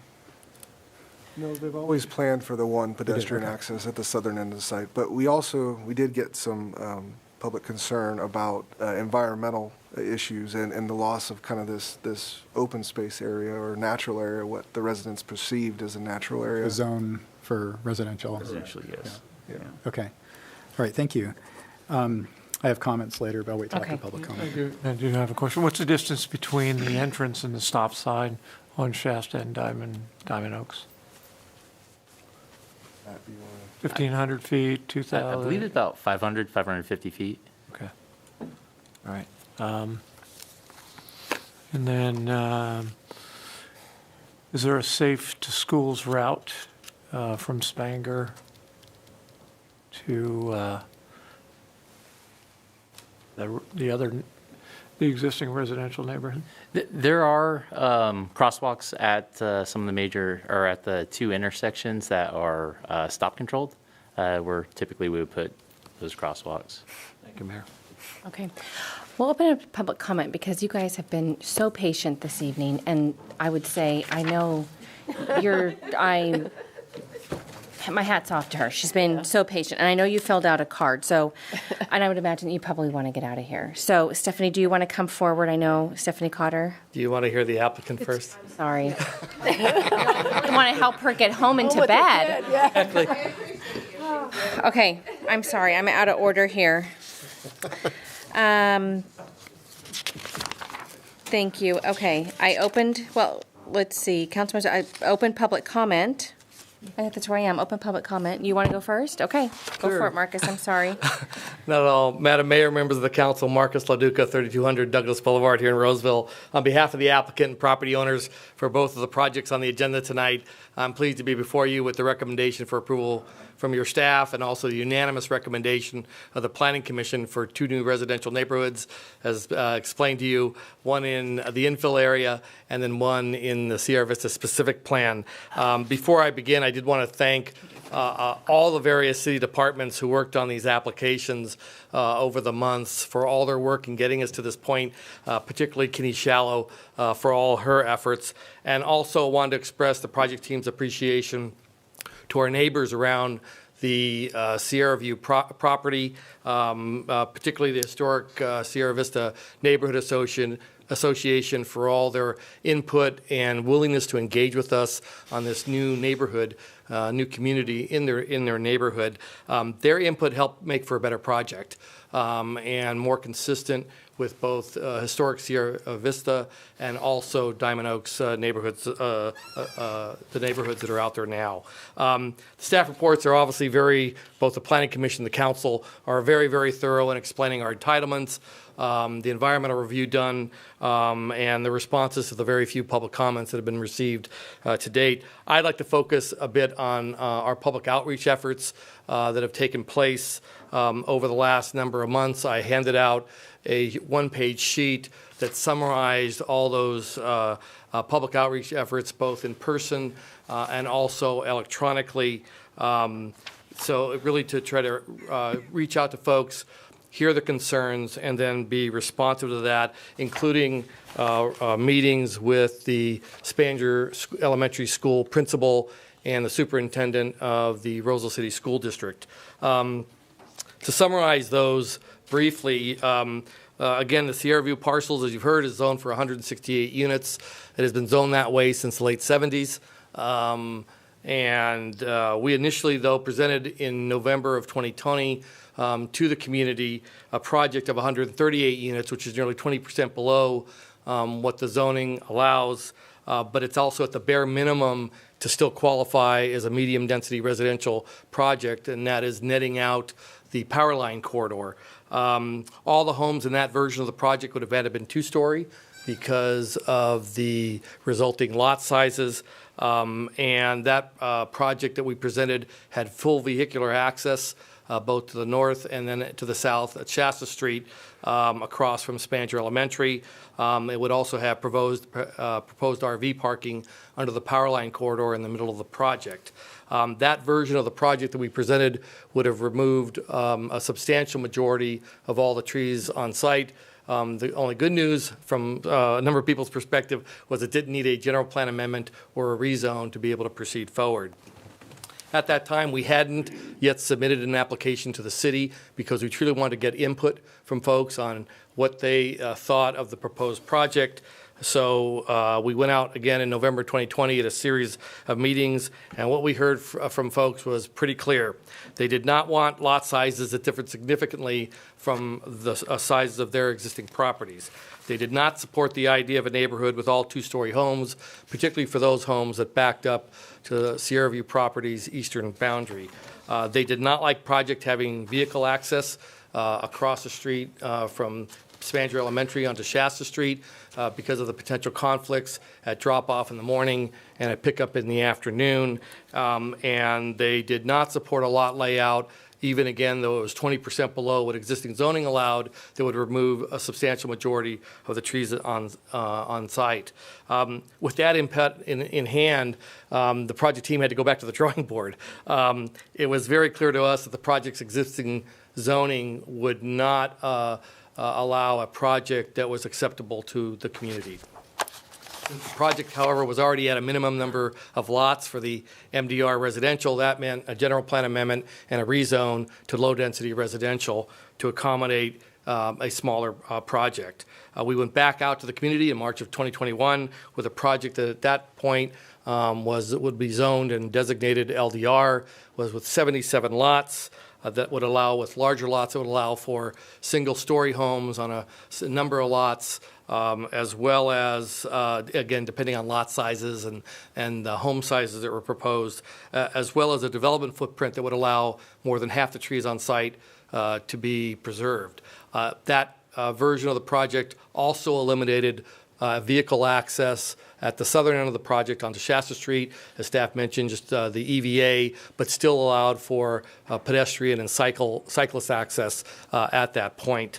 That version of the project, which eventually was turned into a 75-lot project as it was refined, was what we submitted an application to the city on and began the formal planning process.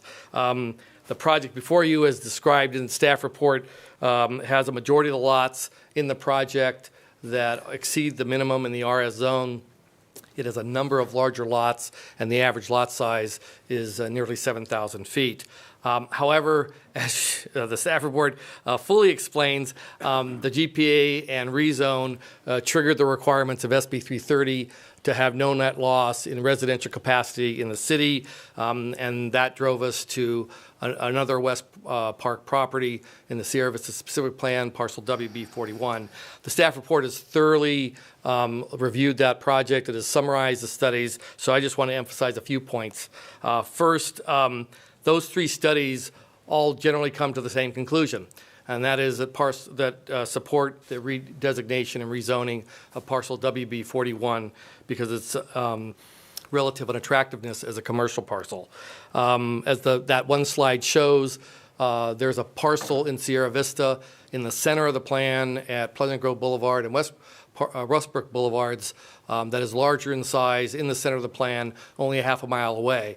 Removing parcel WB41 from its commercial designation actually makes that parcel more attractive from not having a competing commercial site so close. At the same time, the characteristics of WB41 really showed that in those studies that it would not be able to land a grocery store or other retail. Staff mentioned it has a 180-degree market pull as opposed to 360 degrees, as the other parcel does, and as other parcels in West Roseville do. It has an orchard and a future solar farm to the west. Not a lot of customers there. There is a roadway on the western edge of it, Santucci Boulevard, that has no connection up to the north. There is no connection planned or proposed at this point to the north, and there is little idea in terms of the timing of when it will even connect to the south.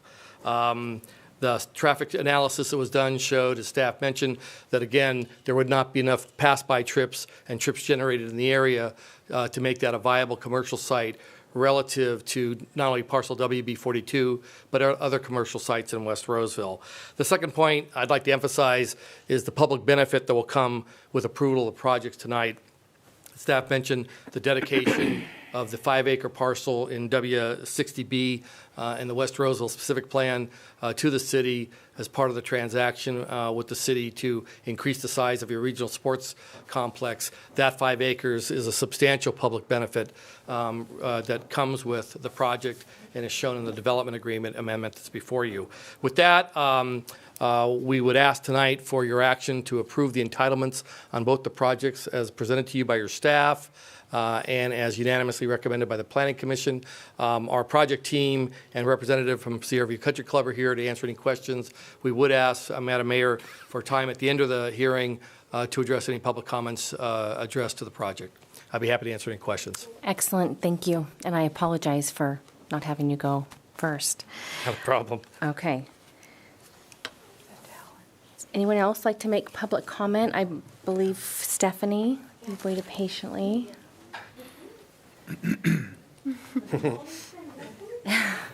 Yeah, we want to hear from you. You've invested all this time.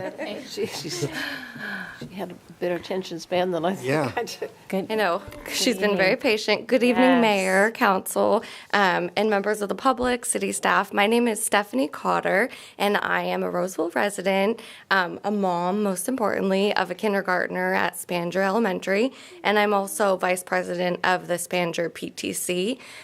First of all, I just want to start out with saying that there wasn't any public outreach to Spanger Elementary, aside from the one visit that I heard that Dr. Swank, the principal, said that Builder came out one time to talk to him, but there was no public outreach to the parents or at the school. There were no signs on the south side of the lot. Maybe there were project signs on the north side, but we did not get any public outreach as far as I'm aware, or any other parents I've talked to. I actually just found out about this because I happened to be going through the public notices in the SAC-B because I'm a bit of a nerd, and that's the only reason why I found it. So we would just really appreciate it if in the future you could involve the neighborhood school and the parents when you have a project of this nature that really impacts us in these ways, because we are there twice a day, every day, and we would just really like to be kept in the loop in the future if you could. So my second point is I would be interested to know how the 3% increase in traffic as a result of this project was determined. Under what circumstances was the data collected? Was it during full enrollment, or was it during quarantine? Was, half people staying at home? Was it really a full traffic study in which the data was collected accurately? And also, what was the manner in which the data was collected? I don't know if they collected it first like a strip and measured the traffic or counted it. I'm curious on how they determined the 3% increase.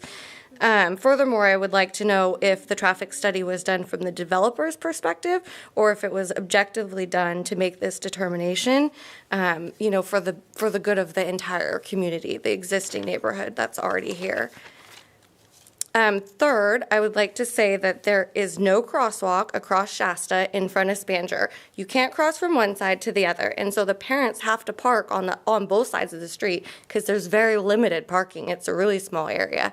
So the kids and the parents cross right there, and then you have cars queuing to turn left, then cars go around them to the right, and then you have cars coming into the pickup line, and then your regular traffic going back and forth. So it's a short time, but there are so many potentials for safety conflicts, and it's really scary as it is. I would just like to say the closest crosswalk is actually like 2 blocks down on Alta Vista, which is a really long way for the kids to walk to cross the street to come all the way back up to get to their car. I mean, if you go out and look at it, it is not reasonable that people would walk. And if you go to the east, there's no crosswalk to the east either. I mean, probably like 3 blocks because the residential streets don't have crosswalks. There are red painted curbs on either side of the street in front of the school, which I assume is because the crosswalk couldn't be installed, or they thought it would be too dangerous to install a crosswalk. So the red curbs prevent people from parking, which I assume helps for the visibility. So my question is, are those red curbs going to stay red? Because now we're putting an entrance, we're going to have a gate there. So are we going to keep the red curbs so nobody can park for visibility? Or will people be allowed to park there now, which would further hinder the visibility line when the kids are crossing the street. And I did send you all pictures so you could see from this afternoon in your email of the pickup today at school, so you can get an idea of what it actually looks like. I sent the email this afternoon, and like I said, I would have definitely been participating earlier had I known. So let me finish up. So I'm wondering how we're going to replace the only current visibility buffer, the red curbs, once those are taken out. How will the pedestrians coming from the new development through the pedestrian gate safely cross to Spanger? I'm sure that some of these residents that move in will have kids that will go to the school, and they'll want to be able to bike and walk. So how will they safely cross the street from the new development across Shasta to Spanger? I understand there's ADA curbs and other concerns, but it seems like for all of the economic benefits this project is bringing our community, the fact that we're going to have additional impacts on our existing school and our existing neighborhood, it would make sense to make some improvements that really everyone's saying it's dangerous, and I'm sure that our smart engineers here at the city can come up with a good solution to make sure that our children can cross the street safely. And I think that's all. I just really appreciate your time, and I hope you consider helping us to make sure that the kids are able to cross that street safely in some way. Thank you so much. Thank you for your comments. Can I stay up here? Oh, can Eleanor say hi? Please do. We've say hi, been Eleanor? waiting for you to say hello to No? us. You're going to be shy now? Wave. Oh, okay. You Well, can this wave, is it's Miss okay. Eleanor. How old are you, Eleanor? She just turned, you want to say? I just turned. She's ready for She bed. just turned 6, and she is also a Roseville Junior Tiger as well. So she's a cheerleader, too. Very good. Yeah. Been really patient and very well behaved. Yes, she very is. impressed. Yes. Turned 6 on January. She just turned 6 this weekend. Well, happy belated birthday. Are there any of the comments that she brought up that staff wants to address, or do we have her phone number to talk with her offline? I think You as know, far about as public I think as noticing. far as as far as public noticing, I think we typically don't reach out to parent teachers associations with any particular school. We reach out to the school district, the individual school staff, In the neighborhood. and and of course the neighborhood. We so assume. Do you want to talk about that? We definitely assume that, and that's why Kenny mentioned that there was a neighborhood meeting with both the Diamond Oaks and historic Sierra Vista neighborhood associations. So we reach out to the neighborhood associations through the Roseville Coalition of Neighborhood Associations. Okay. And we assume that the majority of parents, for especially elementary schools, we assume that when we go through the neighborhood associations, you're getting families that populate those schools. Okay, and we can ask them questions during our question time with you, Yeah, too. and I think as far as the sidewalk goes, our public works staff has Kenny already mentioned it. They've evaluated that area several times. I don't believe the red curbs are going away. That is not anything that it's our understanding that that north side of Shasta will continue to be no parking. And I think I would add too, once you develop the driveway or the emergency vehicle access into the site, it would probably eliminate some of those areas for illegal parking that are currently happening off the street. So I think that would further discourage people from parking in that area and walking across Shasta Street to Spanger. Okay. We probably have other questions for you, but we'll take other public comment and then address some of the topics. Does anyone else want to make a comment on this? Hello, my name's Robert Faubourg. I'm a parent of a student at Spanger Elementary School. And this looks like a great project. After reviewing it, seems like a lot of work is been done on this. The developer is giving us a great opportunity to bring new families into the Spanger community, and we're looking forward to that. As Stephanie noted, there's been a few things that have become issues of concern. Obviously, with a project of this complexity, considerations have been made. We talked about the EVA earlier, the emergency vehicle access. Included in that is going to be pedestrian access, which is going to have a sidewalk. The concern being identified in the traffic study that it's going to be both dangerous to pedestrians and to vehicles in this space has eliminated the potential for a crosswalk, is my understanding. Or if pedestrians are going to be able to use this EVA access to get to the Shasta side of the street, are students and pedestrians expected to not cross to go to the school?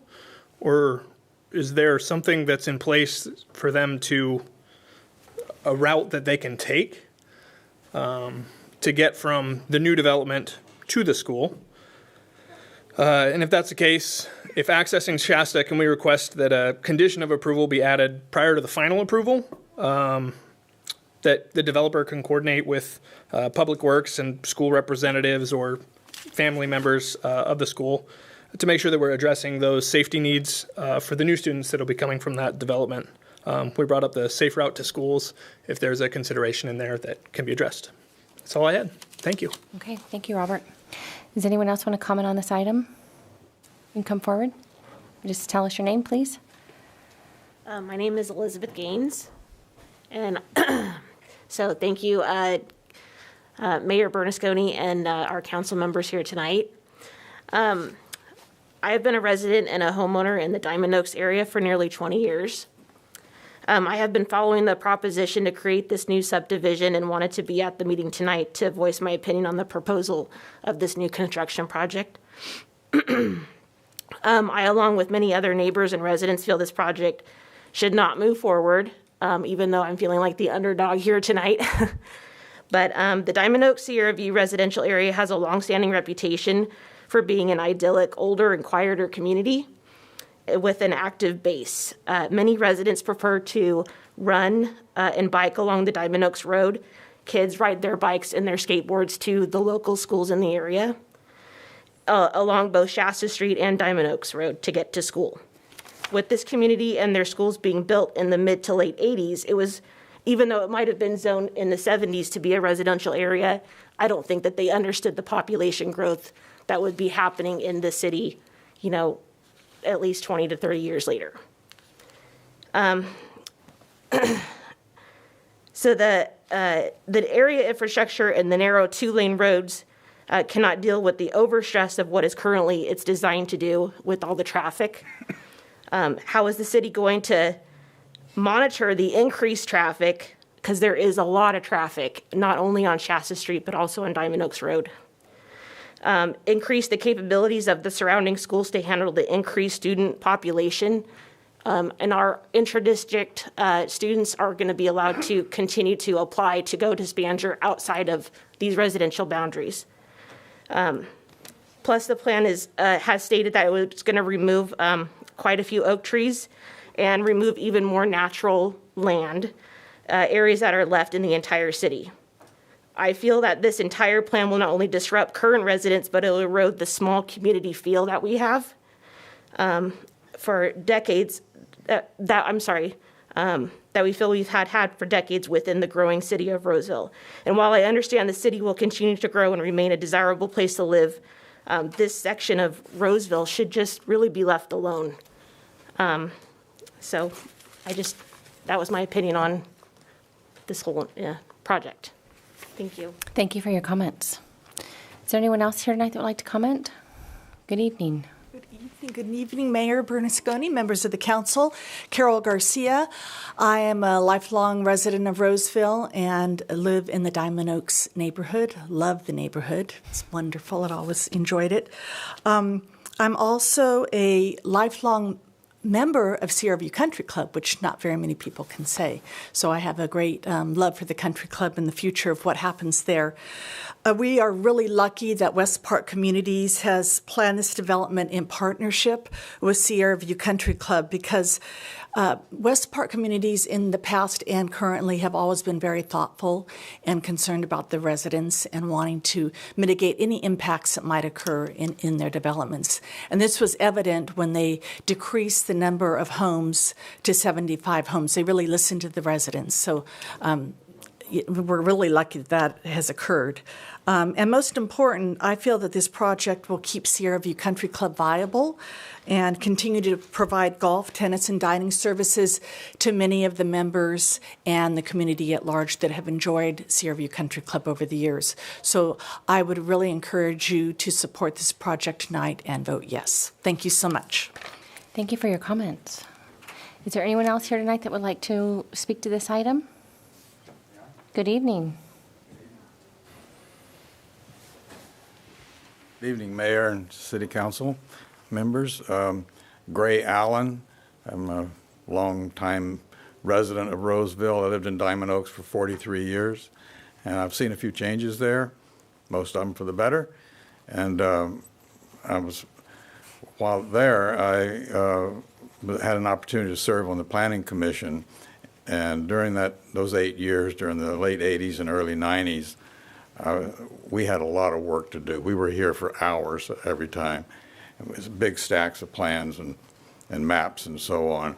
The city was growing and developing very rapidly. And at that point, I acquired a lot of respect for the process, particularly because it allowed residents to address the projects and express their concerns, and invariably plans changed, projects got better, and this Sierra View project's a prime example of that.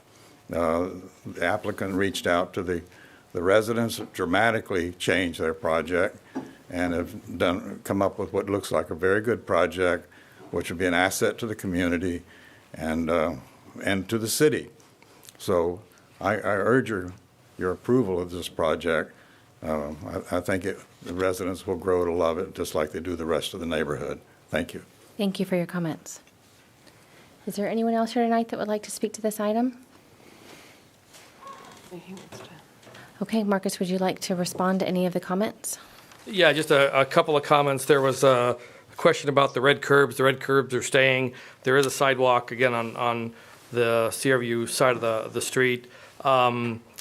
Again, we look to staff relative to their determination that they've looked at the idea of a crosswalk and doesn't meet safety standards. That is on the record. You can't have a crosswalk there because right away you've highlighted the fact, therefore there is liability for the school, liability for the city if a sidewalk were placed in a location because of sight distance issues at a curve, create a hazard. So just wanted to make sure that was clear, that there simply can't be one put there if that determination has already been made. Also, there was a request for a condition. There's nothing before you tonight that you can condition. The maps were approved at the commission. They were not appealed to you. They're not before you. The one thing I did want to talk about relative to this is going to overburden the infrastructure, overburden the school districts. For example, as obviously the mayor very well knows, having served all those years on our city school district, does their enrollment projections based on zone property in the city. When they looked at student generation from this property is for 168 units. It was not for a lower number. So that's always been anticipated. At the same time, the city's traffic model that has been updated over the years right now currently contemplates 168 units on this property as part of infrastructure sizing in the entire area. Yes, things have changed since the late 70s when the zoning. There was nothing called North Central. There was no Galleria. There was no mall site. There was no Highway 65 with freeway commercial, and all the amenities that are out there wasn't contemplated. The city has done a good job over the past now almost 40 years of master planning, infrastructure planning, planning for schools, planning for parks, to make sure that new development can be accommodated. With this project, we did go out in terms of public outreach. I've been representing projects in the city for 32 years. I don't think on a single site project, not a huge specific plan, but a single site project, I've ever seen a project that had 8 community meetings. Among those community meetings, we had a lot of people that are parents at Spanish Elementary, so they're very aware of the circumstances there We reached out to meet with the school principal and the school district to make sure we were checking in on their concerns. And that's where this issue relative to that southern access point first came up. Don't make things worse in front of the school. And so we went from having a access points both north and south to simply one at the north with pedestrian and cycle access to the south, along with emergency vehicle access, to address that issue. And looking at the traffic analysis, looking at the traffic model that the city has done, projected the number of trips and where they would go, and that's where you end up with that 3% number. So again, we think this has been very thoroughly studied. We have tried to take into account at all times the concerns of our neighbors. They helped make this a better project. It could have come forward at 138 or 168, because as we all know, SB 330 has another provision that says a residential project that comes through that meets your zoning standards, you really can't deny. But the idea was rather than looking at that, see what folks wanted. Lay out some alternatives, and it made us go through a much longer process than we would have otherwise had to do. But we came forward with a project that we think is much more amenable to our neighbors, preserves much more of the site in terms of the trees on site, and allows this project to go forward in a compatible fashion, both for our surrounding neighborhood in historic Sierra Vista, as well as in Diamond Oaks. And again, we'd ask for your approval tonight. Thank you, Madam Chair. Thank you. Thank you for your comments. Is there? Can I ask a question to him? Marcus, will you stand for questions? Just a question. Marcus, when this emergency access and it's for police or fire, what is, I don't know what it looks like. When it comes out there, is there like a gate, but Yes. a drive, it's a gate, right? That's correct. And out of that gate, is there like a road? Or Well, there'll be the access point onto the street in order for police and fire and emergency vehicles to access. So they have to be able to drive up, and then they can open the gate. But again, it'll come right on, real close to the curb. It will meet setback requirements for having gates in that location on such roadways. And I was just saying, because you said there's like the bikes that go out that way. There will be a ped gate, so you have the vehicle gate, and there will be a ped gate that allows pedestrians and cyclists to be able to get through. And is when they get out, they're next to the road too? Correct. They'll be next to the road as they come out. I didn't know how close. There's a sidewalk right there on that side. Oh, okay. There's an existing sidewalk there. Okay, that's what I wanted to see okay. Yep. That's it. Thank you. Any other questions for Marcus? So I'll just real quick. You touched on the noticing 8 community meetings. Correct. And then do folks in a certain mile or certain foot radius, are they noticed through the mail as well? Or how did you notice those meetings? Well, the noticing requirement goes through the city in terms of the typical radius map, mailing that goes out, plus with the city with Arcona goes out to, in this case, 2 neighborhood associations that it went out to. Yeah. Okay. That's great. All right. And I think my other questions are for staff. So unless anyone else has any questions, you're good. Okay. Thank you. Vice Mayor Howdeshelt, do you have any questions? No, just comments. Okay. Sure. Let's do them all. Yeah, so totally empathize. I think the two times a day that are most anxious for working parents of school-age children are drop-off and pick-up, right? There's a lot of pedestrian child interface and a lot of attention, and that you have to be vigilant on, right? Scariest damn time of the day, right?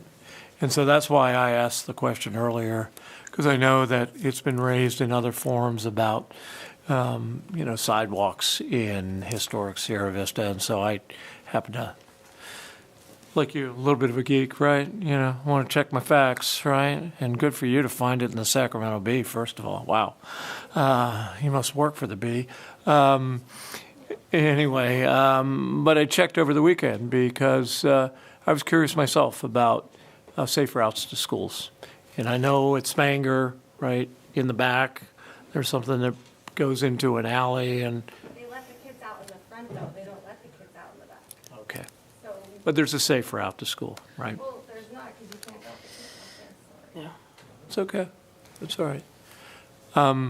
But I do think that if you put a crosswalk there, and I used to live in the Diamond Oaks area neighborhood. I bike from Topgolf and sometimes come all the way around there, so I'm familiar. And the traffic has gotten greater because it is Diamond Oaks Boulevard is a cut through. Played some really bad golf at the 60-year-old golf club there at Diamond Oaks, Roseville's public golf course that'll celebrate its 60th anniversary this year. So I'm quite familiar with the area, and Shasta and all of that. But I do think that if you put a crosswalk there, boy, you're just asking for more trouble, right? You're asking for folks, you're giving permission for folks to put themselves in harm's way. So those are my comments. Okay, Councilmember Alvord. I was wondering if staff could just quickly address one of the issues about the 3% traffic increase. One of our comments asked about that. There was some doubt. I've kind of heard the explanation before about how we calculate some of that, but I was wondering if you could just explain it. Yeah, so what the traffic study, predicts what the trip generation is from the development, while also knowing what the existing trips are out there. And they collected that data, they did it, they took the data post-COVID, but they used kind of some big data numbers. So using cell phones and using kind of our street lights and trying to extrapolate that data through the area. And so what they did was when they calculate the trip that's generated from the site and compared it to what's existing, they determine where those trips go, and then they extrapolate that's where that 3% comes from. So it's the increase in the trips, and that was just during the school peak hour, not the overall peak hour. And so in the numbers of the study, it ends up being about 12 trips along Shasta during that time. Okay, and there's standard formulas for calculating some of that with density and all that. So they kind of, because obviously the houses aren't there, the people aren't there, but we know there's a standard number estimate for trips, and people and residents come and go all the time. It's not like a business where everybody shows up. Correct, in the and they use the ITE manual. It's the Institute of Traffic Engineers. Okay, thank you.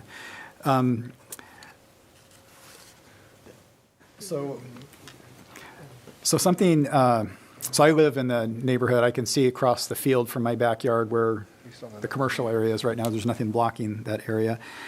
And I'm not thrilled about replacing commercial on the west side ever. But I understand, because this was proposed a while back about replacing it, and I was not thrilled at all about that, even though I know it's going to sit there.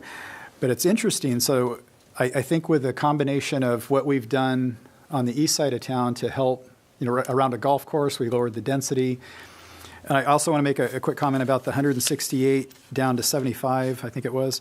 That's a significant change. And we hear all the time about community members who had a field back there that was zoned commercial, and then when the commercial finally gets developed, everybody gets really stressed about it. But as a council, there's nothing we can do. People own the property. That's how it's zoned. You can't stop a property owner from building what's there. And so I'm just really appreciative that they cut the number way, way down for that community. And I think the single-family homes kind of gives it a facelift in that area, especially along a golf course. It's probably a benefit to that neighborhood. Now, out on the other side, we're moving the medium density where there was commercial. I agree it's a lousy spot. I agree it's not going to happen in a long time. But the golden present of having the dedicated land by our big field facility that I know will go towards extra parking, I think that's fantastic, and that's a great opportunity for us. And I think for that community, that's a good trade. The one question I just wanted to ask also, because I need to be able to explain this myself, is there was a comment about on that commercial side, it's going to have no decrease in revenue for the city. I was kind of surprised about that because with commercial, you get sales tax and property tax. So how did we figure that out? So it's not going to have a negative impact on the general fund. So there isn't. So if you take the expected revenues from that site, sales tax and property tax for commercial, it's in the $300,000 range, somewhere around that. and you compare it to the residential, it's in the $100,000 range. So there is a decrease in revenue, but it's still a positive revenue. Okay, got it. For Okay, the that's what city, you're saying. the overall land use changes. So the general fund on an annual basis will not be subsidizing this zoning change. Got it.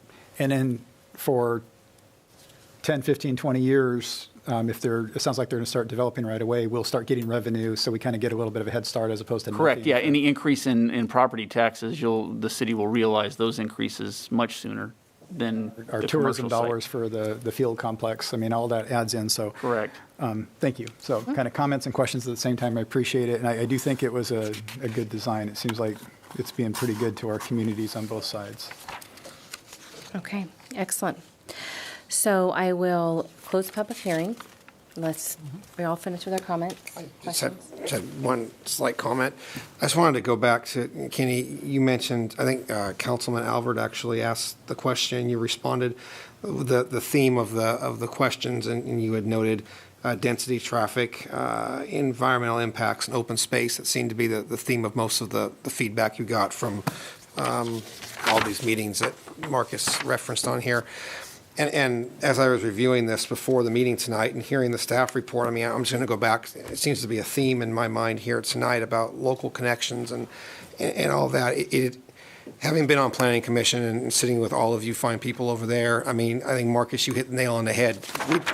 We don't see this much outreach.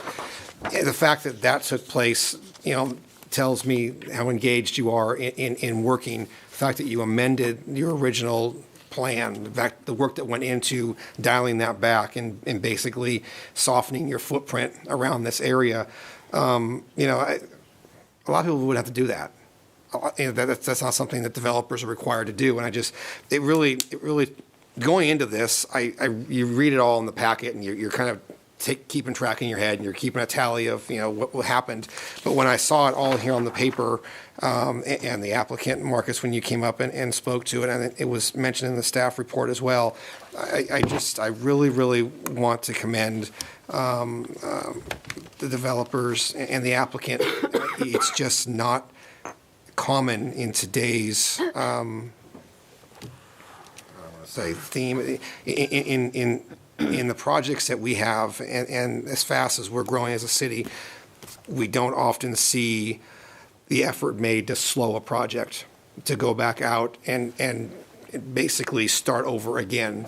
And all of that is related to the outreach that you did and the feedback from that outreach. So I just want to say how much I personally, as a councilman, as a resident, appreciate that, because you didn't have to do that. I mean, you know what the bare minimum is. You could have gone out to Arcona. You could have gone out, I think it's 300 feet or whatever it is, or whatever the radius is for the mailers. You could have done the bare minimum, and jammed this through. And you mentioned the SB 330 and what could have been and what we could have been straddled with because of that bill. But the fact that you went over and above, I appreciate that. Because you didn't have to do that. And I just thought that should be noted, because that's just...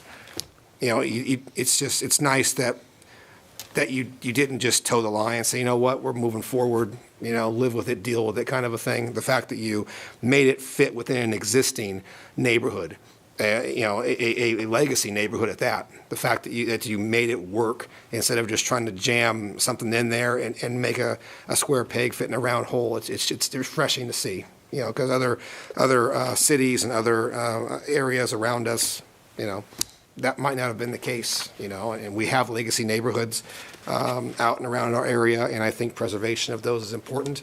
And I think that the residents there appreciate the fact that you take the time to consider any new development like this and how that's going to pair and how that's going to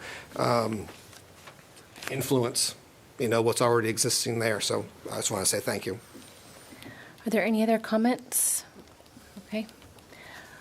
Close the public hearing. We'll have a motion, please. Motion to consider the Sierra View Country Club and Sierra Vista Specific Plan redesignation and rezone initial study, mitigated negative declaration, and mitigation monitoring and reporting program Consider the 6th addendum to the Sierra Vista Specific Plan Environmental Impact Report. And for the Sierra View subdivision project, adopt resolution number 22-023, amending the general plan to change the land use designations on certain real property in the city of Roseville. And adopt the 2 findings of fact and introduce for first reading an ordinance of the council of the city of Roseville, rezoning certain real property in the city of Roseville. And for the Sierra Vista specific plan, parcels WB 41 and WB 31 project, adopt resolution number 22-024, amending the general plan. Adopt resolution number 22-025, amending the Sierra Vista specific plan. Adopt the 2 findings of fact and introduce for first reading an ordinance of the council of the city of Roseville, rezoning certain real property in the city of Roseville. And adopt the 5 findings of fact and introduce for first reading an ordinance of the council of the city of Roseville, adopting a second amendment of the development agreement by and between the City of Roseville and West Park SV 400 LLC relative to the Sierra Vista specific plan, and authorizing the city manager to execute it on behalf of the City of Roseville. May I have a motion? So moved. Second. Vice Mayor Haudashelt? Yes. Councilmember Albert? Yes. Councilmember Rakucci? Yes. Councilmember Mendonça? Yes. Mayor Bernasconi? Yes, thank you.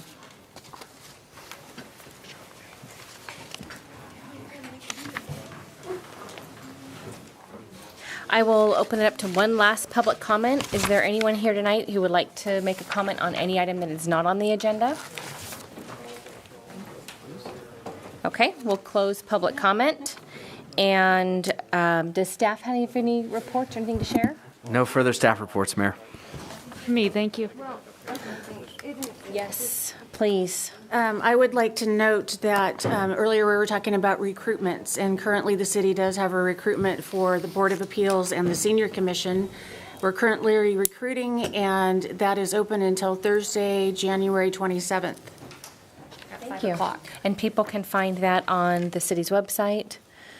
Okay. City Clerk's website, yes. Yep. Okay, thank you for that.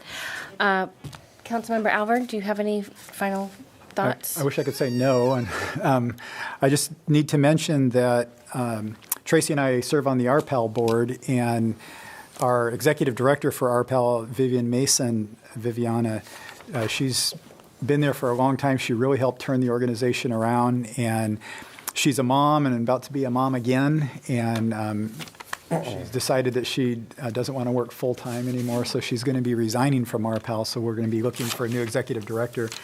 Yes. But I did want to mention that because she's done just a wonderful service for the families in our city, and especially the children and some of the poor areas of town, especially with homework studies and taekwondo and all kinds of really neat things. And a lot of that it's her doing that and having interns and stuff. So I just wanted to thank her for her service to our community and wish her good luck in whatever she does next.